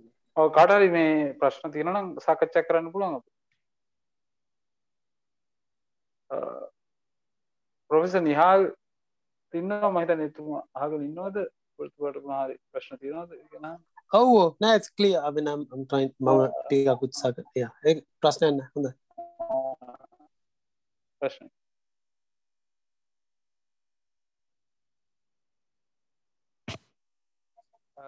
අපිට මම හිතන්නේ ප්‍රශ්න කයින් හෝ ගැටලුවක් ඉදිරිපත් කරන්න ඉදිරිපත් කරන්න පුළුවන්. නැත්නම් අපිට මෙතන මෙතන හොඳ සංවාදයක් සහ සාකච්ඡාවක් සිද්ධ වුණේ මේ ප්‍රමාණ කියන එක සම්බන්ධයෙන්. ඔව් ප්‍රශ්නයක් Galaxy M20 මම මාර්තිල විජිතසිරිය ප්‍රශ්න විජිසිරි හඳුරු කියන්නකෝ. මට පොඩි ගැටලුවක් තියෙන දැන් ප්‍රත්‍යක්ෂය සහ ක්ෂණවාදය කියන දෙක අතර මටත් මගේ තීසිස් එකටත් කියවනකොට ඇතිවෙච්ච ගැටලුව. දැන් අර ශංකර කියනෝනේ දෙයක් දැන් මම කලින් දෙයක් ප්‍රත්‍යක්ෂ කරලා මිනිස්සෙක් දැකලා ඊළඟට යාව හඳුනා ගන්නකොට එහෙම හඳුනා ගන්න බෑ ප්‍රත්‍යක්ෂ. මොකද මේ ක්ෂණවාදය අපි පිළිගන්නව නම් කියලා. එතකොට මේ දෙක අතර මොකක් හරි ගැටුමක් තියෙනවද කියන කාරණා අපි මතකේ වගේ ඕනෑ ඕක අපි හන්නේ ශංකර විතරක් නෙමෙයි ඕක ඇත්තටම වාත්සයන් උද්‍යෝතකරගේ භාෂයේදීත් ඇත්තටම මතු කරපු ප්‍රශ්නයක් බෞද්ධයන්ට විරුද්ධව මේ ඕක ධර්මකීර්ති හඳුර බොහොම පැහැදිලිව පෙන්වලා දීපු දෙයක්. ඔතන තියෙන්නේ ඇත්තටම ප්‍රත්‍යක්ෂය පිළිබඳ ප්‍රශ්නයක් නෙමෙයි, ප්‍රත්‍යක්ෂය වෙරිෆයි කර ගැනීම පිළිබඳ ප්‍රශ්නයක් තියෙනවා. වෙරිෆයි කරගන්නවා කියන කාරණේදී ධර්මකීර්ති හඳුර පිළිගන්නවා අපිට කවමදාකවත් අපි ප්‍රත්‍යක්ෂ කරන වස්තුවට ළඟා වෙන්න බෑ. මොකද මම දුර තියා දකිනවා අර තියෙන පොතක් කියලා. හැබැයි මේ පොත කියන්නේ යථාර්ථ වශයෙන් ක්ෂණයක් පාසා වෙනස් වෙන දෙයක්. ඒ නිසා මම ළඟට යනකොට ඒ පොත වෙනස් වෙලා. අර මම ඈතදී දැකපු පොත නෙමෙයි මම ළඟට යනකොට තියෙන්නේ. දැන් ධර්මකීර්ති හඳුර කියන්නේ දැන් පොත විතරක් නෙමෙයිනේ. ඒක දැක්කයි කියන මමත් වෙනස් වෙනවානේ. ඒක මගේ ඇහත් වෙනස් වෙනවා, මගේ හිතත් වෙනස් වෙනවා, මේ සියල්ල වෙනස් වෙනවා. ඒක කවමදාකවත් ක්ෂණවාදයේ පිළිගන්න මිනිසෙකුට පිළිගන්න බෑ ප්‍රත්‍යක්ෂ කරපු දෙයක් ළඟට ගිහින් මේ තහවුරු කරගන්නවා කියලා. ඒක බෞද්ධයෝ සම්බන්ධයෙන් ඒක ප්‍රශ්නයක් නෙමෙයි. ඒක ධර්මකීර්ති හඳුරෝ කියනවා එහෙමනම් මේ වෙරිෆිකේෂන් එක එහෙම නැත්නම් තහවුරු කර ගැනීම සිද්ධ වෙන්නේ කොහොමද? තහවුරු කර ගැනීම සිද්ධ වෙන්නේ ව්‍යවහාර මාත්‍රයෙන් පමණයි.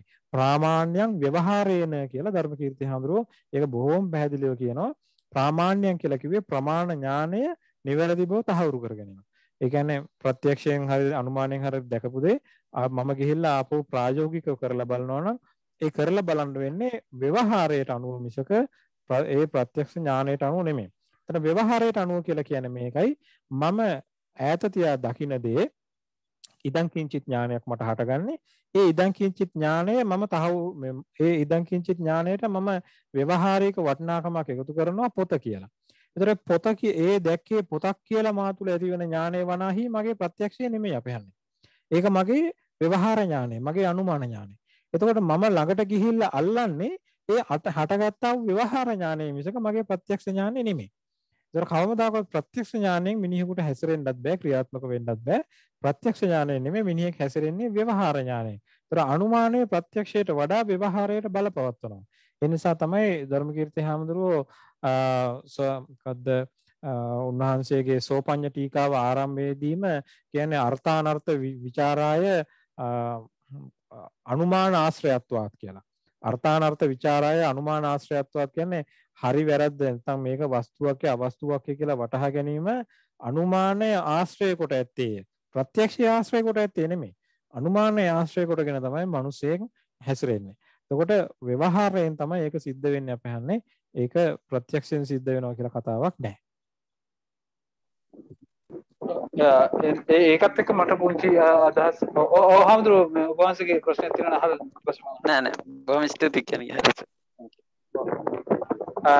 ඒකත් එක්ක දැන් අපි ගන්නේ සමහරට ඒ කියන්නේ දැන් මට මතුවෙච්ච ප්‍රශ්නයක් අපි ව්‍යවහාර ඥානය ගන්නවා නම් ඒක අපි එක්තරා මෙටා ලැන්ග්වේජ් එකක් විදිහට පාරභාෂාවක් විදිහට ගැනීමක් නේද ඒක එතකොට සිද්ධ වෙන්නේ. එතකොට අපි ඒ සංඥා කෘතයන් විදිහට අපි ගන්න යම් සංකල්ප ටිකක් අපි තියෙනවා. ඒක ක්‍රියේට් වෙන්නේ අපිට අපි හදාගත්ත මෙටා ලැන්ග්වේජ් එකක් ඇතුලේ. ඒ කියන්නේ මේ සංකල්ප මාලාව දැන් පොත කියන එක පිළිබඳ පොතේ ඇත්තට අපි ප්‍රත්‍යක්ෂ කරන දේ නෙමෙයි, පොත පිළිබඳ සම්මුතියක් ඇතුලේ හදාගත්ත යම් සංකල්පයක්. ඒක මෙටා ලැන්ග්වේජ් එකක් විදිහට යම් සිග්නිෆයිඩ් වෙච්ච යම් දෙයක් පිළිබඳ අපි යථාර්ථය කියලා ගන්නවා.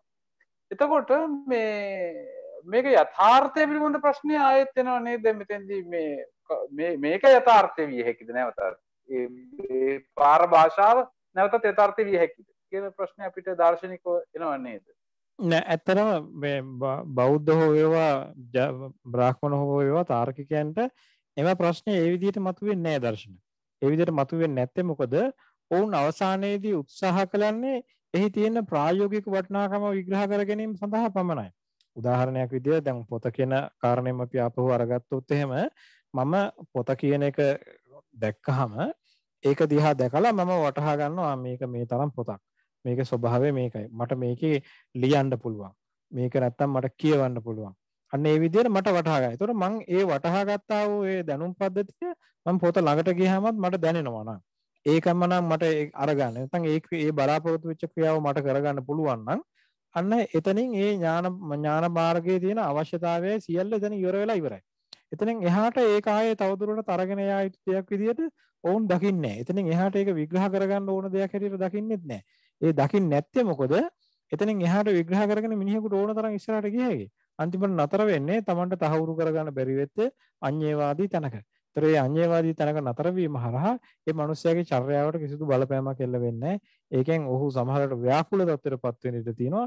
ඊට වඩා හොඳයි අර ප්‍රායෝගික තලයේ තුල නතර වෙනවා නම් කියන එක තමයි මේ අයගේ මතය වෙලා තිබුණේ. ඉතින් ඒ නිසා අර ඔබ නගන තර්කය හෝ ඔබ නගන චින්තනය ඔවුන් ඇත්තටම මතු කළේ නැහැ. එහෙම දෙයක් තමයි එතන උනේ.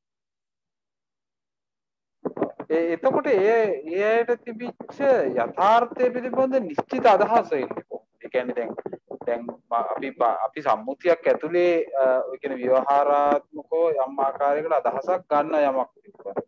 ඒකත් නැවතත් ඒක සාපේක්ෂ අදහසක් වුණා. එතකොට අපි දැන් එතකොට මේ යම් දෙයක් යම් සත්‍යයක් වෙන්නේ. මේක සත්‍යම විය හැකි කෙසේ ප්‍රශ්නේ ආයෙත් එනවනේ දැන් අර වගේම මේ ආග්නේයවාදී එහෙම තැනකට යන්නත් පුළුවන්. නමුත් එතන තියෙන ප්‍රශ්නයෙන් අපිට ගැලවෙන්න බෑ නේද? දැන් ඔය ඩේවිඩ් හ්‍යුම් ප්‍රාහනාවක් නෑ ඒ ප්‍රශ්නයෙන් අපිට ගැලවෙන්න බෑ නේද? නෑ ඒක දර්ශන මෙහෙමයි වෙන්නේ. ඒක කියන්නේ ඒක ප්‍රශ්නයක් බවට පත් වෙන්නේ එයා මේ සියලු සන්දර්භයන් තුළ එක හා සමානව කතා බහ කළ හැකි සත්‍යයක් හොයාගෙන යනවා නම් අන්න එහෙම මිනිසෙකුට ඒක ප්‍රශ්නයක්. නමුත් ඇත්තටම මේ දාර්ශනිකයන්ගේ තියෙන පූර්ව සිද්ධාන්තයක් තමයි ඒ සියලු සන්දර්භයන් තුළට ගැලපෙන්නා වූ එක සත්‍යයක් කියලා එකක් එහෙම එකක් නැහැ.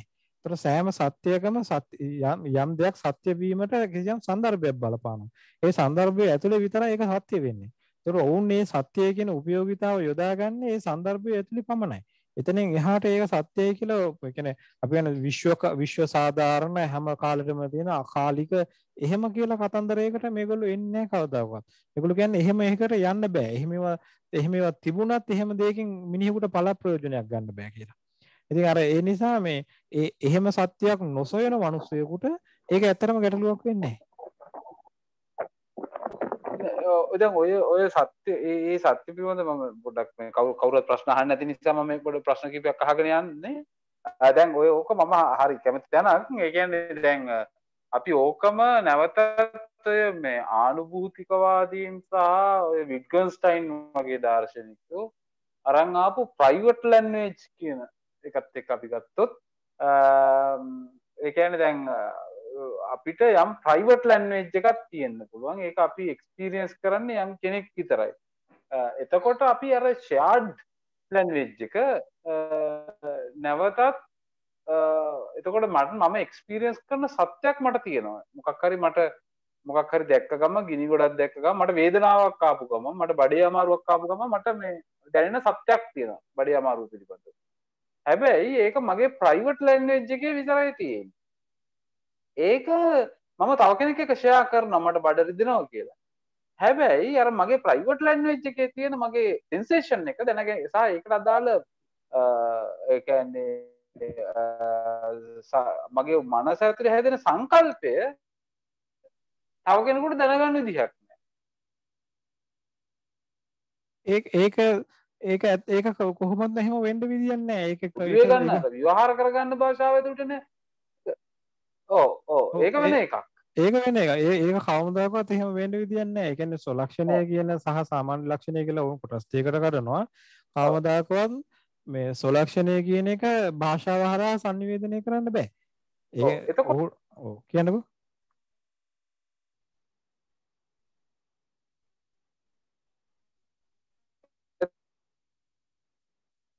දර්ශන මට ඇහෙන්නේ නැතු යනවා.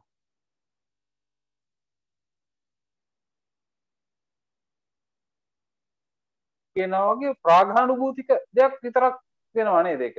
ඒක ප්‍රයෝරයි. ඒක ප්‍රාගානුභූතිය නවතින්නේ එතනින්ම කියලා මම කිව්වොත් මොකක්ද ඒකට දෙන්න පුළුවන් උත්තරේ? ඇත්තරම දර්ශන මට මේ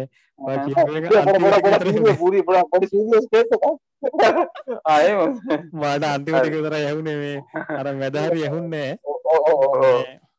හරි හරි නෑ මම ඒක කියන්න මං ආයේ මේ ඒ කියන්නේ දැන් ඔය ප්‍රයිවට් ලැන්ග්වේජ් එක සොලක්ෂන් එක සෙල්ෆ් එවිඩන්ට් ට්‍රුත් එකක් තියෙනවා නම් ඒ සෙල්ෆ් එවිඩන්ට් ට්‍රුත් එක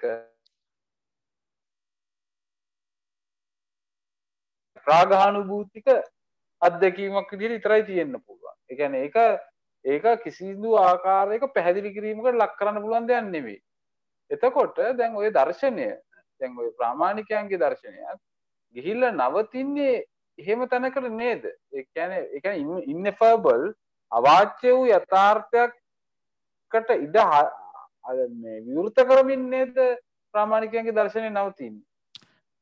මෙහෙමයි අවාච්‍ය වූ යථාර්ථය කියලා එකකට මේ අවසානයේදී මේ චින්තකයාගේ දර්ශනය යොමු වෙන බව ඇත්ත. මොකද ඔවුන් ඒකට වෙනම වචනයක් භාවිත කළා පරිනිෂ්පන්න තත්වය කියලා.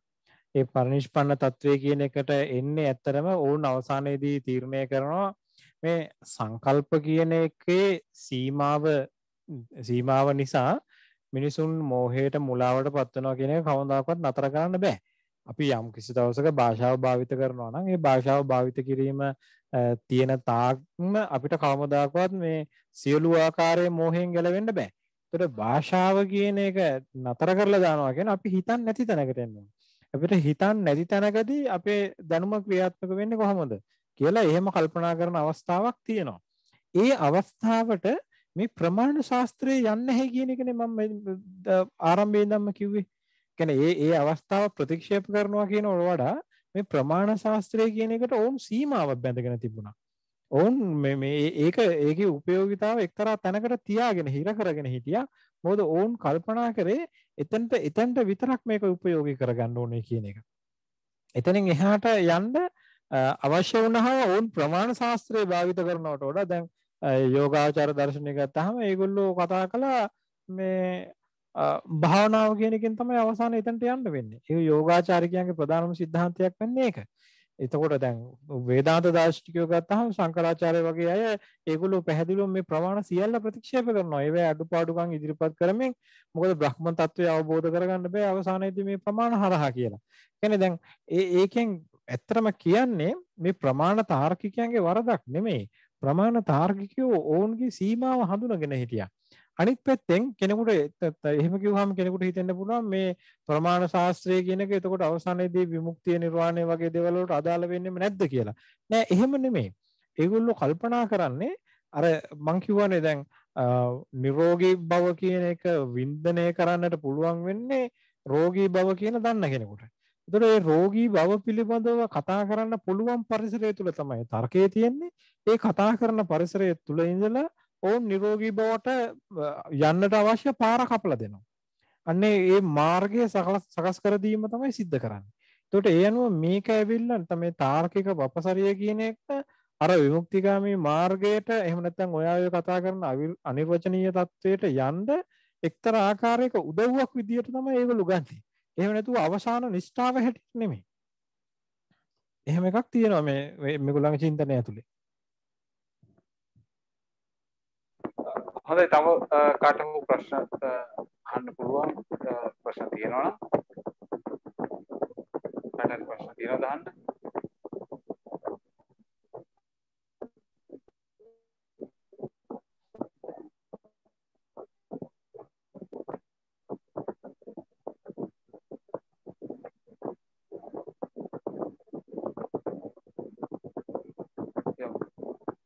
ප්‍රශ්න තියෙනවද කාට හරි? පුළුවන් මම හිතන්නේ විශේෂ ප්‍රශ්න නැහැ. නමුත් තාම ඉහළ පෙළේ දාර්ශනික සංවාදයක් අපිට අද කරන්නට පුළුවන්කම ලැබුණා. තාම ඉහළ පෙළේ අදහස් දැක්වීමක් සිදු කළා. මොකද අපි මේ කොළඹ think tank කියන එකේදී අපි මූලික වශයෙන්ම මේ අදහස් කරන්නේ ඔලු ගෙඩි ගන්නට වඩා සංකල්පීය දේවල්, දාර්ශනික දේවල්, විචාරාත්මක චින්තනයට අදාළ දේවල්, තාම ගැඹුරු දේවල් තමයි. ඒකට ප්‍රශ්න කරන්න, සාකච්ඡා කරන්න එහෙම දෙයක්. එතකොට කොළඹ think tank එකේ අරමුණ වෙන්නේ මේකයි. මම හිතන්නේ ඒකට ගැළපෙන ආකාරයේ තාම ඉහළ පෙළේ දේශනයක් අපිට අද අහන්න ලැබුණා. මම මම හිතන්නේ මේක ලංකාවේ ගොඩක් අය වගේ දේවල් කෙරෙන්නේ නැහැ ඇත්තටම මේ අපිට ඒක කරන්න පුළුවන් වෙච්ච එක අපි ඇත්තටම සතුටු වෙනවා ඔබතුමාට බෙහෙවින් ස්තුතියි මේ වැඩසටහන මෙහෙයුවා ඉදිරිපත් කළාට මේ දේශන ඉදිරිපත් කළාට දේශන ලබා දුන්නට සහ ඉදිරිපත් කරපු අදහස් වලට සහ ඒ දර්ශනයේ තිබෙන අග මුල මැද සියලු දේ මනා ලෙස දැනගෙන කතා කරන බව අපි සියලු දෙනාට ප්‍රත්‍යක්ෂ වුණා. ඒක නිසා අපට බෙහෙවින් ස්තුතිවන්ත වෙනවා. අපිට මේ ඔබතුමා රෙකෝඩ් කරගත්ත නිසා අපට රෙකෝඩ් කරගත්ත මේ එක ෂෙයා කළොත් හොඳයි. මොකද මේ මම හිතන්නේ දැන් කීප දෙනෙක් මැසේජ් දාලා තිබුණේ මට එන්න බැරි වෙනකම තියෙනවා මේ කොහොමද අනාගතේ කාට හරි අහන කෙනෙකුට හරි මේක ඉතාම වැදගත් සංවාදයක් වටපත් වේවි. ඒක නිසා ඒකත් අපිට ෂෙයා කරන්න කියලා ඔබතුමාගෙන් ඉල්ලනවා. බොහොම ස්තුතියි බර්ට්‍රම් බෙගර්ලියනගේ නියෝජ්‍ය පත්‍රු බෞද්ධ විශ්වකෝෂයේ ඔබතුමාට බෙහෙවින් ස්තුතියි මේ දායකත්වය ලබා දීම සම්බන්ධයෙන්. බෙහෙවින්ම ස්තුතියි දර්ශන මට මේ අවස්ථාවට එන්න කියලා ආරාධනා කිරීම සම්බන්ධයෙන් ඒ වගේම මේ අද මේ සාකච්ඡාවට සම්බන්ධ වෙච්ච ප්‍රශ්න අහපු අහන් හිටපු හැමදෙනාටම මම බොහොමත්ම ස්තුතිවන්ත වෙනවා. එහෙනම් අපි අදට නතර වෙමු. හැමදෙනාටම අපි අද නතර වෙමු. අපි නැවතත් අපි මේ වගේ මේ ඉන්දිය දර්ශනයේ අදාළව තවත් දෙකකින් අපි ආයෙ දවසක හම්බ වෙමු. හරි. එහෙනම් බොහොම ස්තුතියි. හොඳයි තෙරුවන් සරණයි.